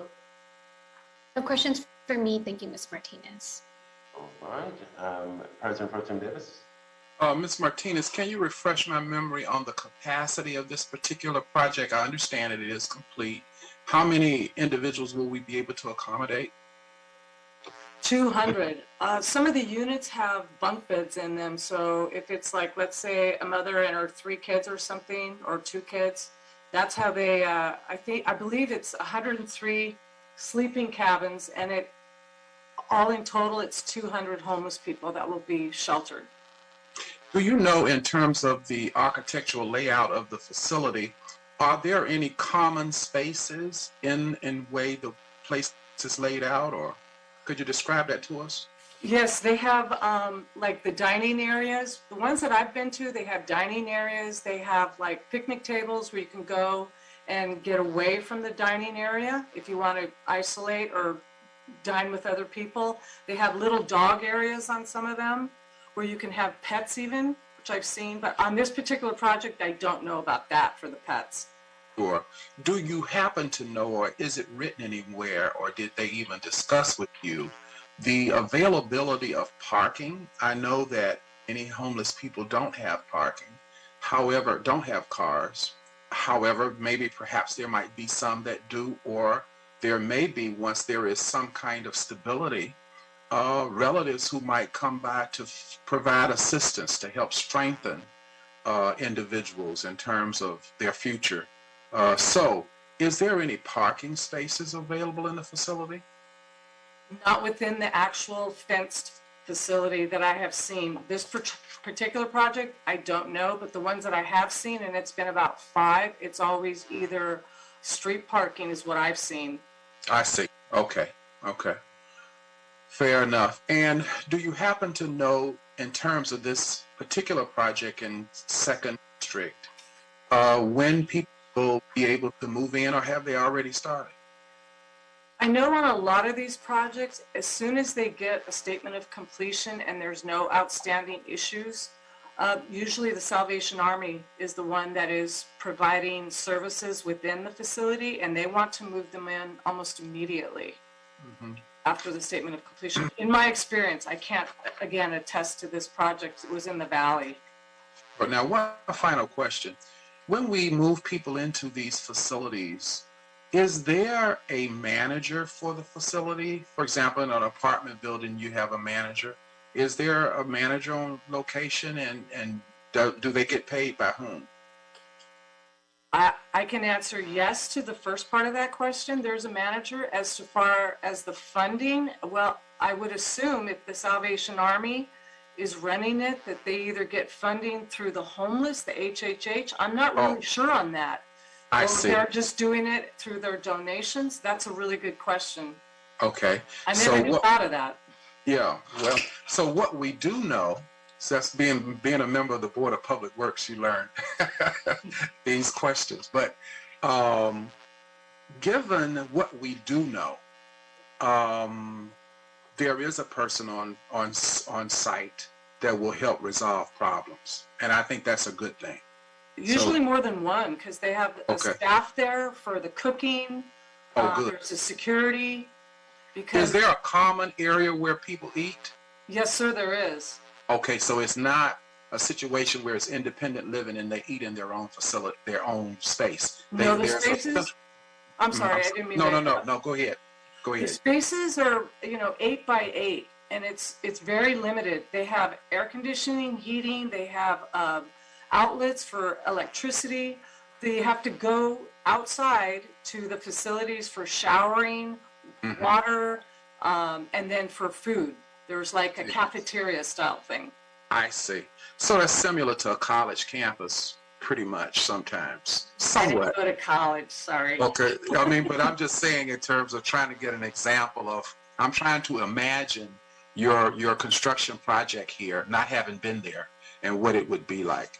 Yes. If I could just interject really quick, what I might suggest, because these are really extensive and expansive projects. Yeah, I wouldn't call facilities, because they really are sort of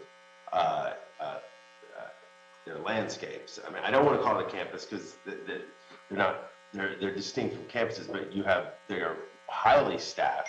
There are common areas both for food. There is I believe, and Jessica, you can confirm this, I believe there's actually, I think most of them, if not all of them, have areas to walk dogs.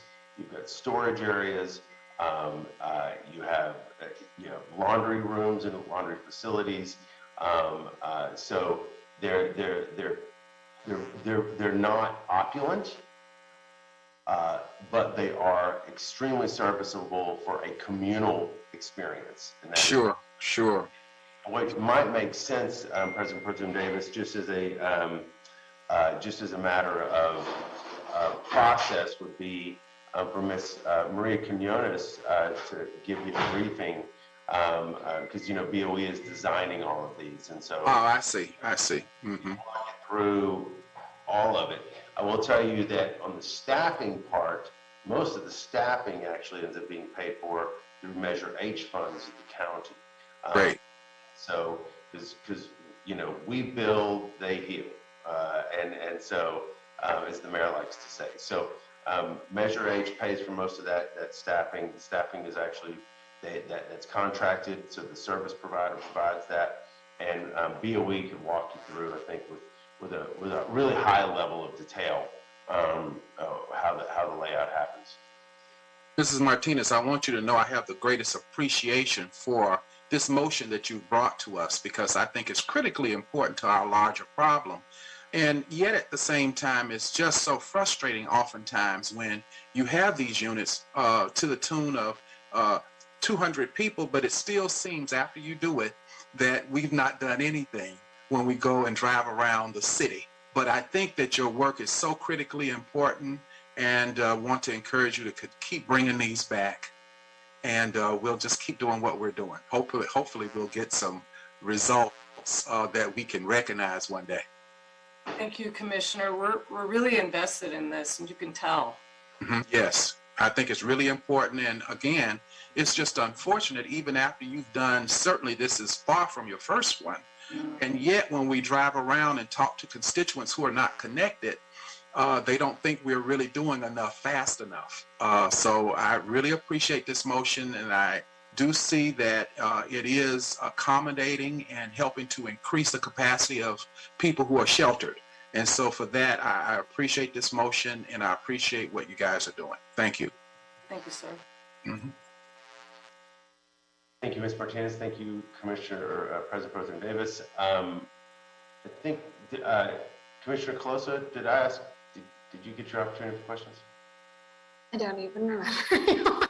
Well, how about this? Do you have any?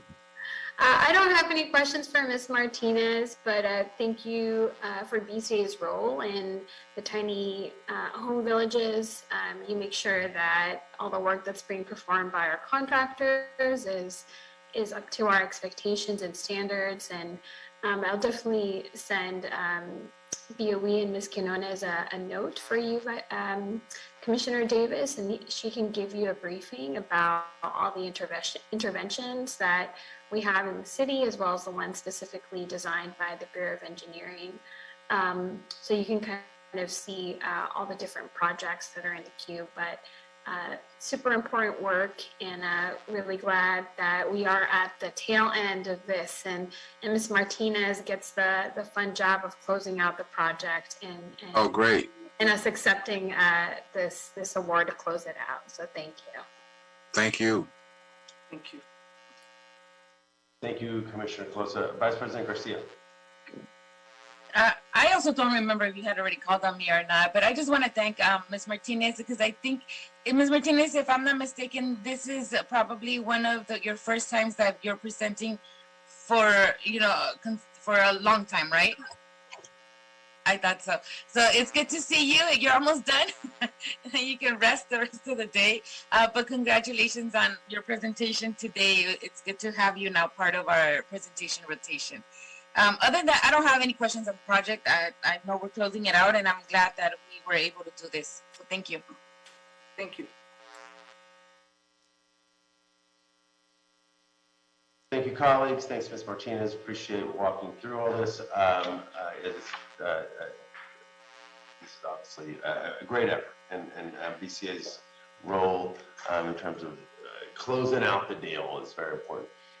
So I failed on item number 8, I realize.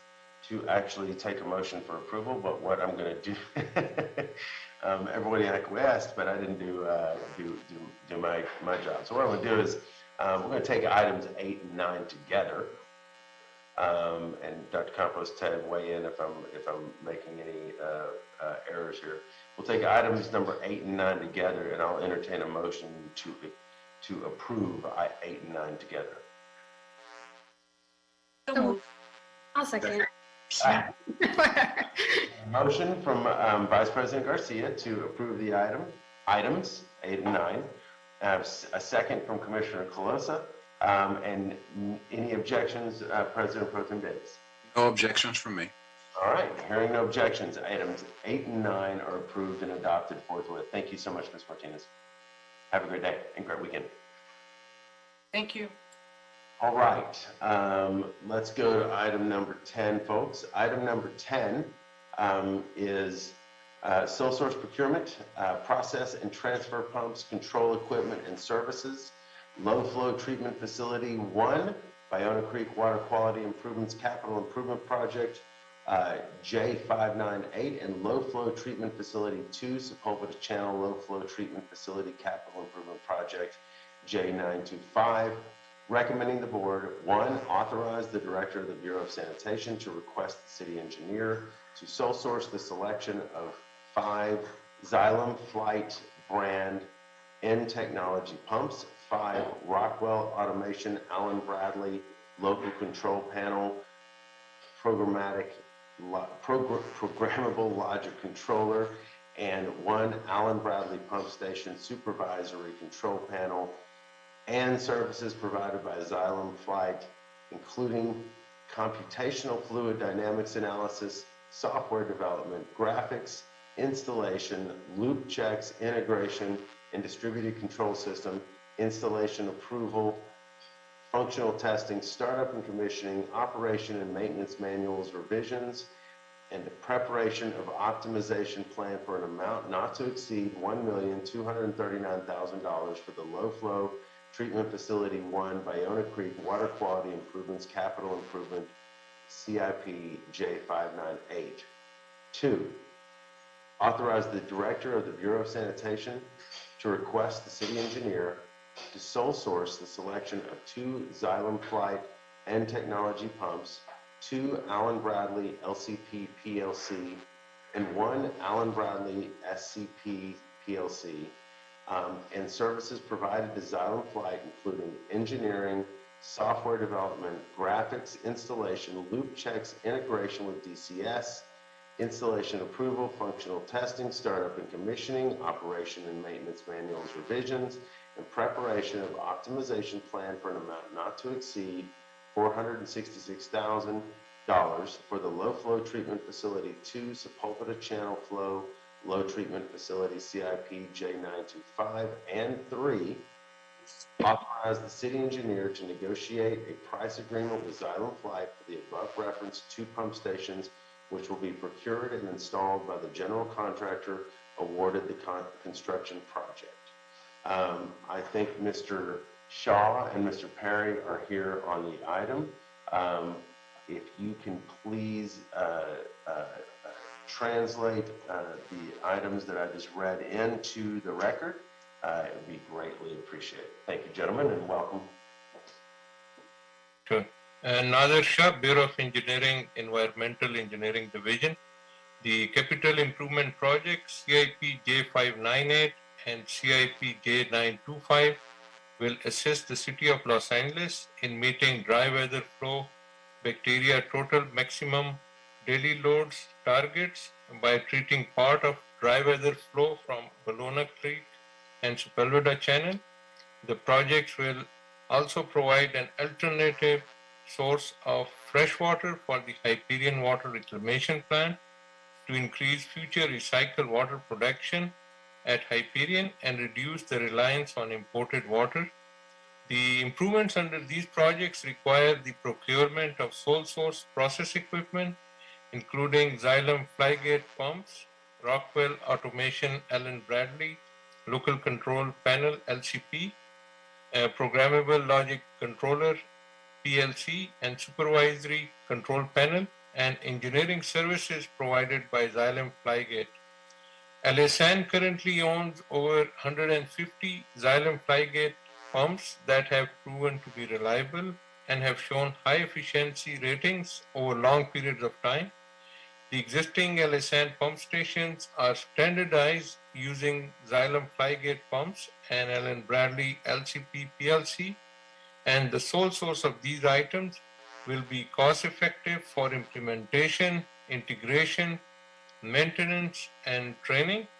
Program Review Committee approved a total budget of $51,056,000 for CIP J598 and $22,554,000 for CIP J925 at its August 2021 meeting. The budget includes costs for sole source equipment and services procurement for an amount not to exceed $1,239,000 for CIP J598, which is 2.25% of total budget, and $466,000 for CIP J925, which is 2.06% of total budget. BOE and LSN recommends the board authorize to sole source the selection of the process equipment and engineering services for CIP J598 and CIP J925, and authorize to negotiate the price agreements with Xylem Flygate for the sole source process equipment, which will be installed by the general contractor awarded the project. This concludes our report. Thank you, Mr. Shaw. All right, we'll start up with President Pro Tem Davis. No questions from me on this item. Okay, thank you, sir. Vice President Garcia. Thank you, President Good. I don't have any questions either. It sounds, Mr. Shaw, it sounds very technical, and it sounds very important too. So with that, I say I don't have any questions. Thank you for that. Thank you, Vice President Garcia. Commissioner Colosa. Thank you, President Good. Mr. Shaw was kind enough to brief me on this, so I don't have any questions for him. Thank you for your work. Thank you to Mr. Perry as well for LASAN and your partnership with BOE on this. Thank you, Commissioner. Mr. Shaw and Mr. Perry, just a couple of small questions. So one, just want to confirm for the record with Mr. Jordan, concurrence with the sole source justification. Sorry, I had trouble unmuting. Yes, I concur with the joint recommendation here. As technical and as complicated as these things are and the systems with which they operate, it would be even more complicated if the Bureau didn't undergo the standardization that they're doing. So I concur with the recommendation. That makes good sense. All right. Thank you. This is in my neighborhood, so you guys better do it right.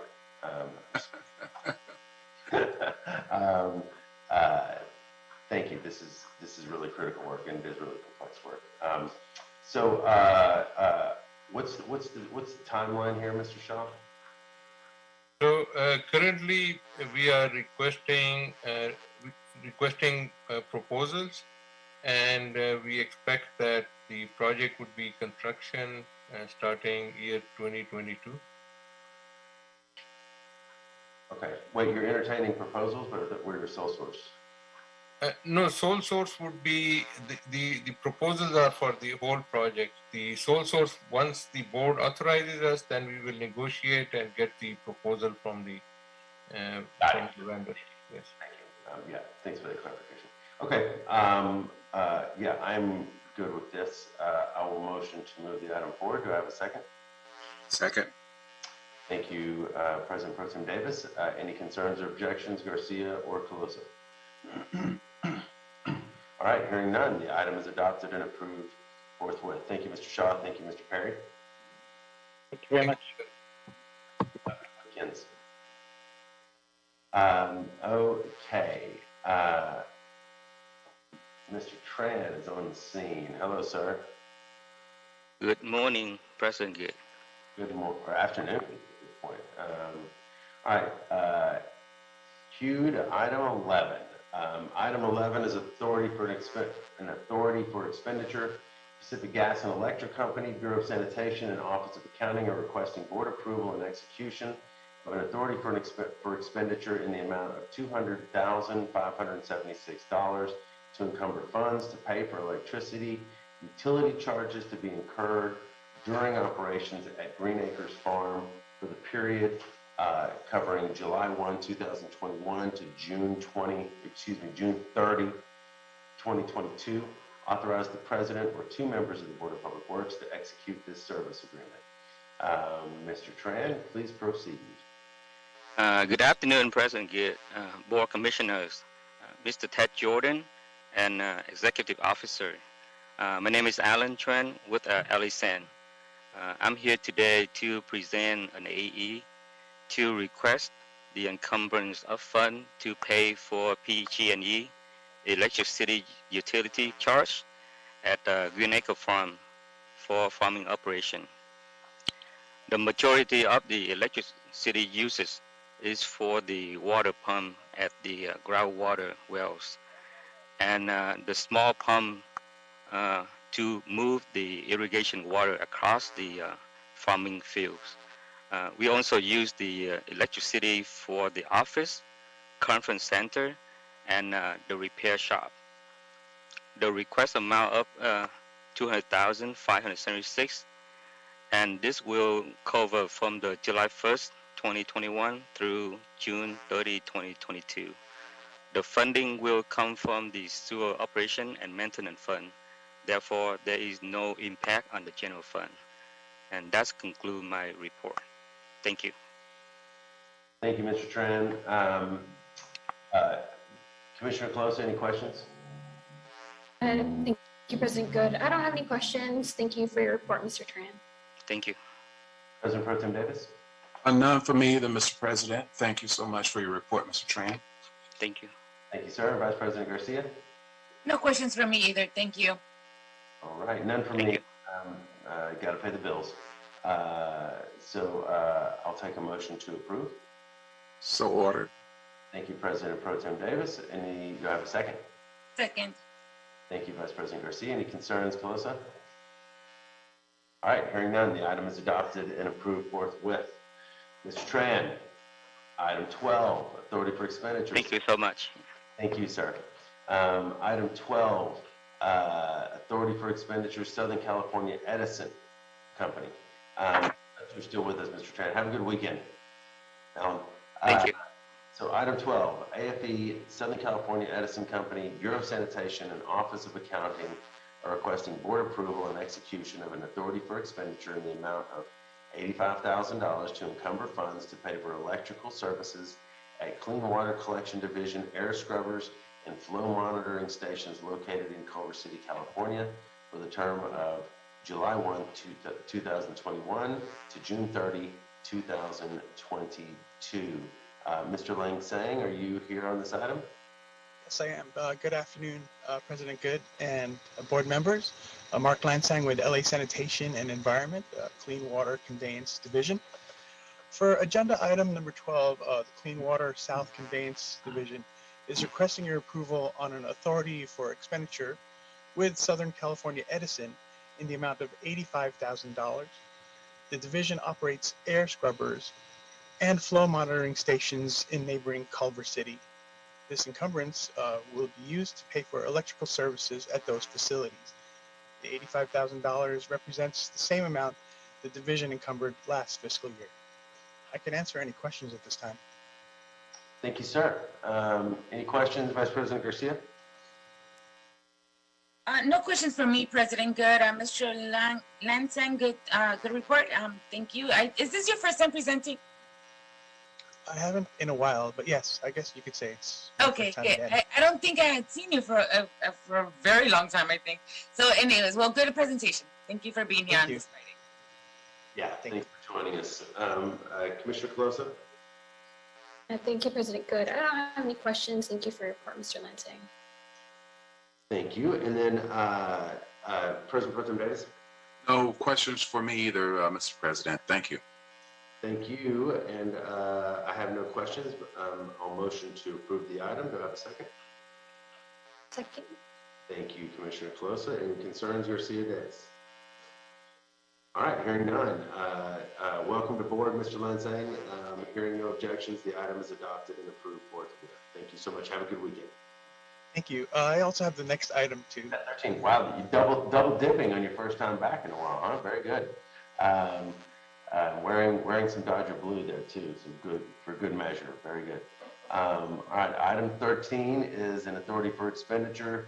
South Coast Air Quality Management District, Bureau of Sanitation and Office of Accounting are requesting board approval and execution of an authority for expenditure in the amount of $50,000 to encumber funds for permit fees and related expenses for Clean Water Division generators for the term of July 1, 2021 to June 30, 2022.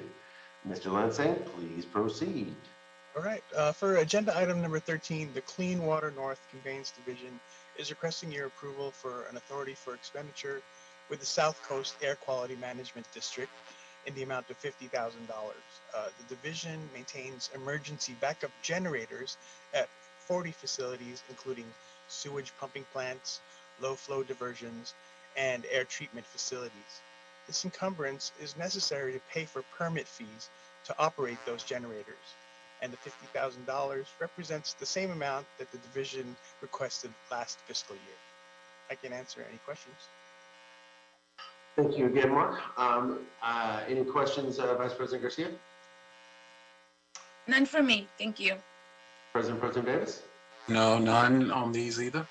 Thank you. Thank you. And then Commissioner Closa? No questions for me. Thank you. All right. I have no questions. I'll take a motion to move it forward. So moved. Thank you, sir. Do I have a second? Second. Thank you, Vice President Garcia. Any concerns? Commissioner Closa? All right, hearing none. Item 13 is approved and adopted forthwith. Quick and easy, Mark. Very good. Thank you. Thank you. All right, have a good weekend, okay? Nice weekend. Thank you. Come see us again. Item 14. This is a Davis special. Subcontractor substitution. Alameda Construction Services, Inc. Recommending the board concur with the action of Commissioner Davis, President Pro Tem Davis, approving the request of Alameda Construction Services, Inc. for the subcontractor substitution of DeBron Engineering with Adienza Engineering, Inc. And I hope I'm doing that okay.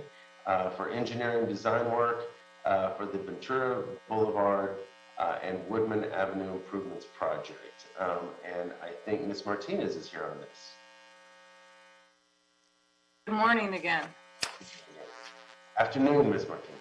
Oh, yeah. Thank you. I'll be truthful. I'm not sure how to present this, but I know that there was a substitution. It was for DeBron Engineering, which was a bid-listed OBE, other business enterprise subcontractor for the general contractor Alameda Construction.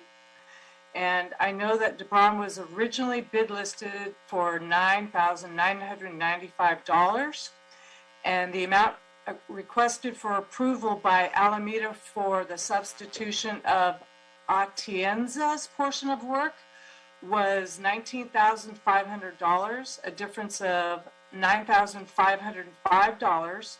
So in essence, Alameda Construction will decrease its prime participation by $9,505 so that the work performed by the substituted subcontractor Atienza will be no additional cost to the city.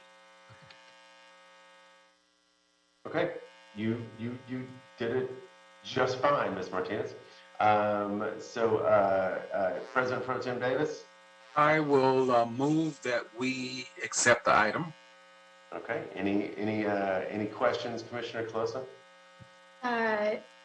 No, I have no questions. Thank you. Okay. Vice President Garcia? No questions for me either. Thank you. All right. I'll second President Pro Tem Davis's motion, and absent objections, the item is adopted and approved forthwith. That quick, that easy, Ms. Martinez. I wish everything was like that, sir. We keep Thank working. you. Thank you. You have a great weekend, okay? All right. Item 15, this is strictly administrative, but the mayor and city council have approved and authorized the Board of Public Works on behalf of the Bureau of Sanitation to execute professional services contracts with Hoffman Southwest Corporation, DBA Professional Pipe Services, and National Plant Services for sewer condition assessment services. Do I have a motion to approve this item? So move. Oh, sorry about that. No, that's okay.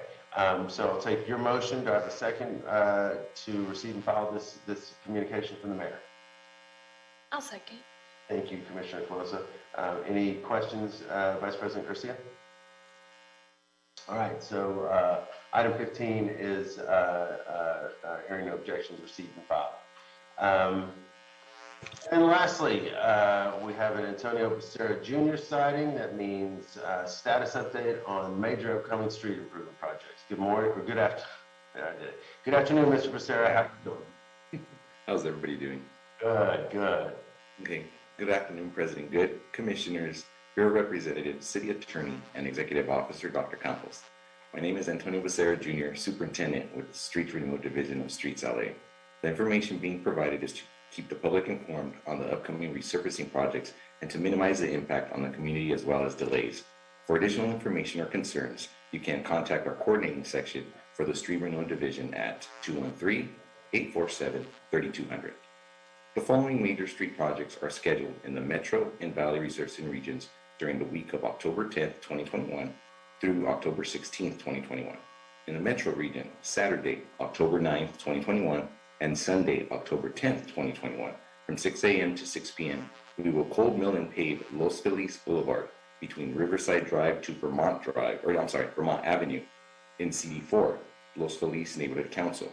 Funding is Pavement Preservation Program, or PPP. In the Valley region, Wednesday, October 6, 2021, and Wednesday, October 13th, 2021, from 6:30 a.m. to 4 p.m., we will cold mill and pave Valley Circle Boulevard between Van Owen Street to Victory Boulevard in CD12, West Hills Neighborhood Council. Funding is the Pavement Preservation Program, PPP. Additionally, we will provide an update on our 21-22 Pavement Preservation Program. During the week of October 10th, 2021 through October 16th, 2021, the Metro and Valley resurfacing regions will complete 15 projects for a total of 13.81 lane miles. The press releases were distributed and notifications have been issued. Streets LA has coordinated with the council offices to assist with the outreach to stakeholders and have coordinated with the Los Angeles Department of Transportation for traffic control assistance. This information is also available on our Streets LA website, streetsla.lacity.org, located at the Resurfacing Open Projects icon. This concludes my report. Thank you, Mr. Becerra. Any questions, Commissioner Colosa? No questions for me. Thank you, Mr. Becerra, for your report. President Pro Tem Davis? No questions for me. Thank you, Mr. Becerra, for your report, sir. Thank you. And Vice President Garcia? No questions from me either. Thank you, Mr. Becerra. Have a good weekend. Likewise, thank you all, and all of you have a great weekend. Yeah, thank you, Mr. Becerra. No questions for me, and you have a great weekend too. Go Dodgers! Campos. Have we cleared the decks? Yes, you have. All right. Thank you, everybody. All right. Thank you. Okay. Great weekend. We'll see you in 10. All right.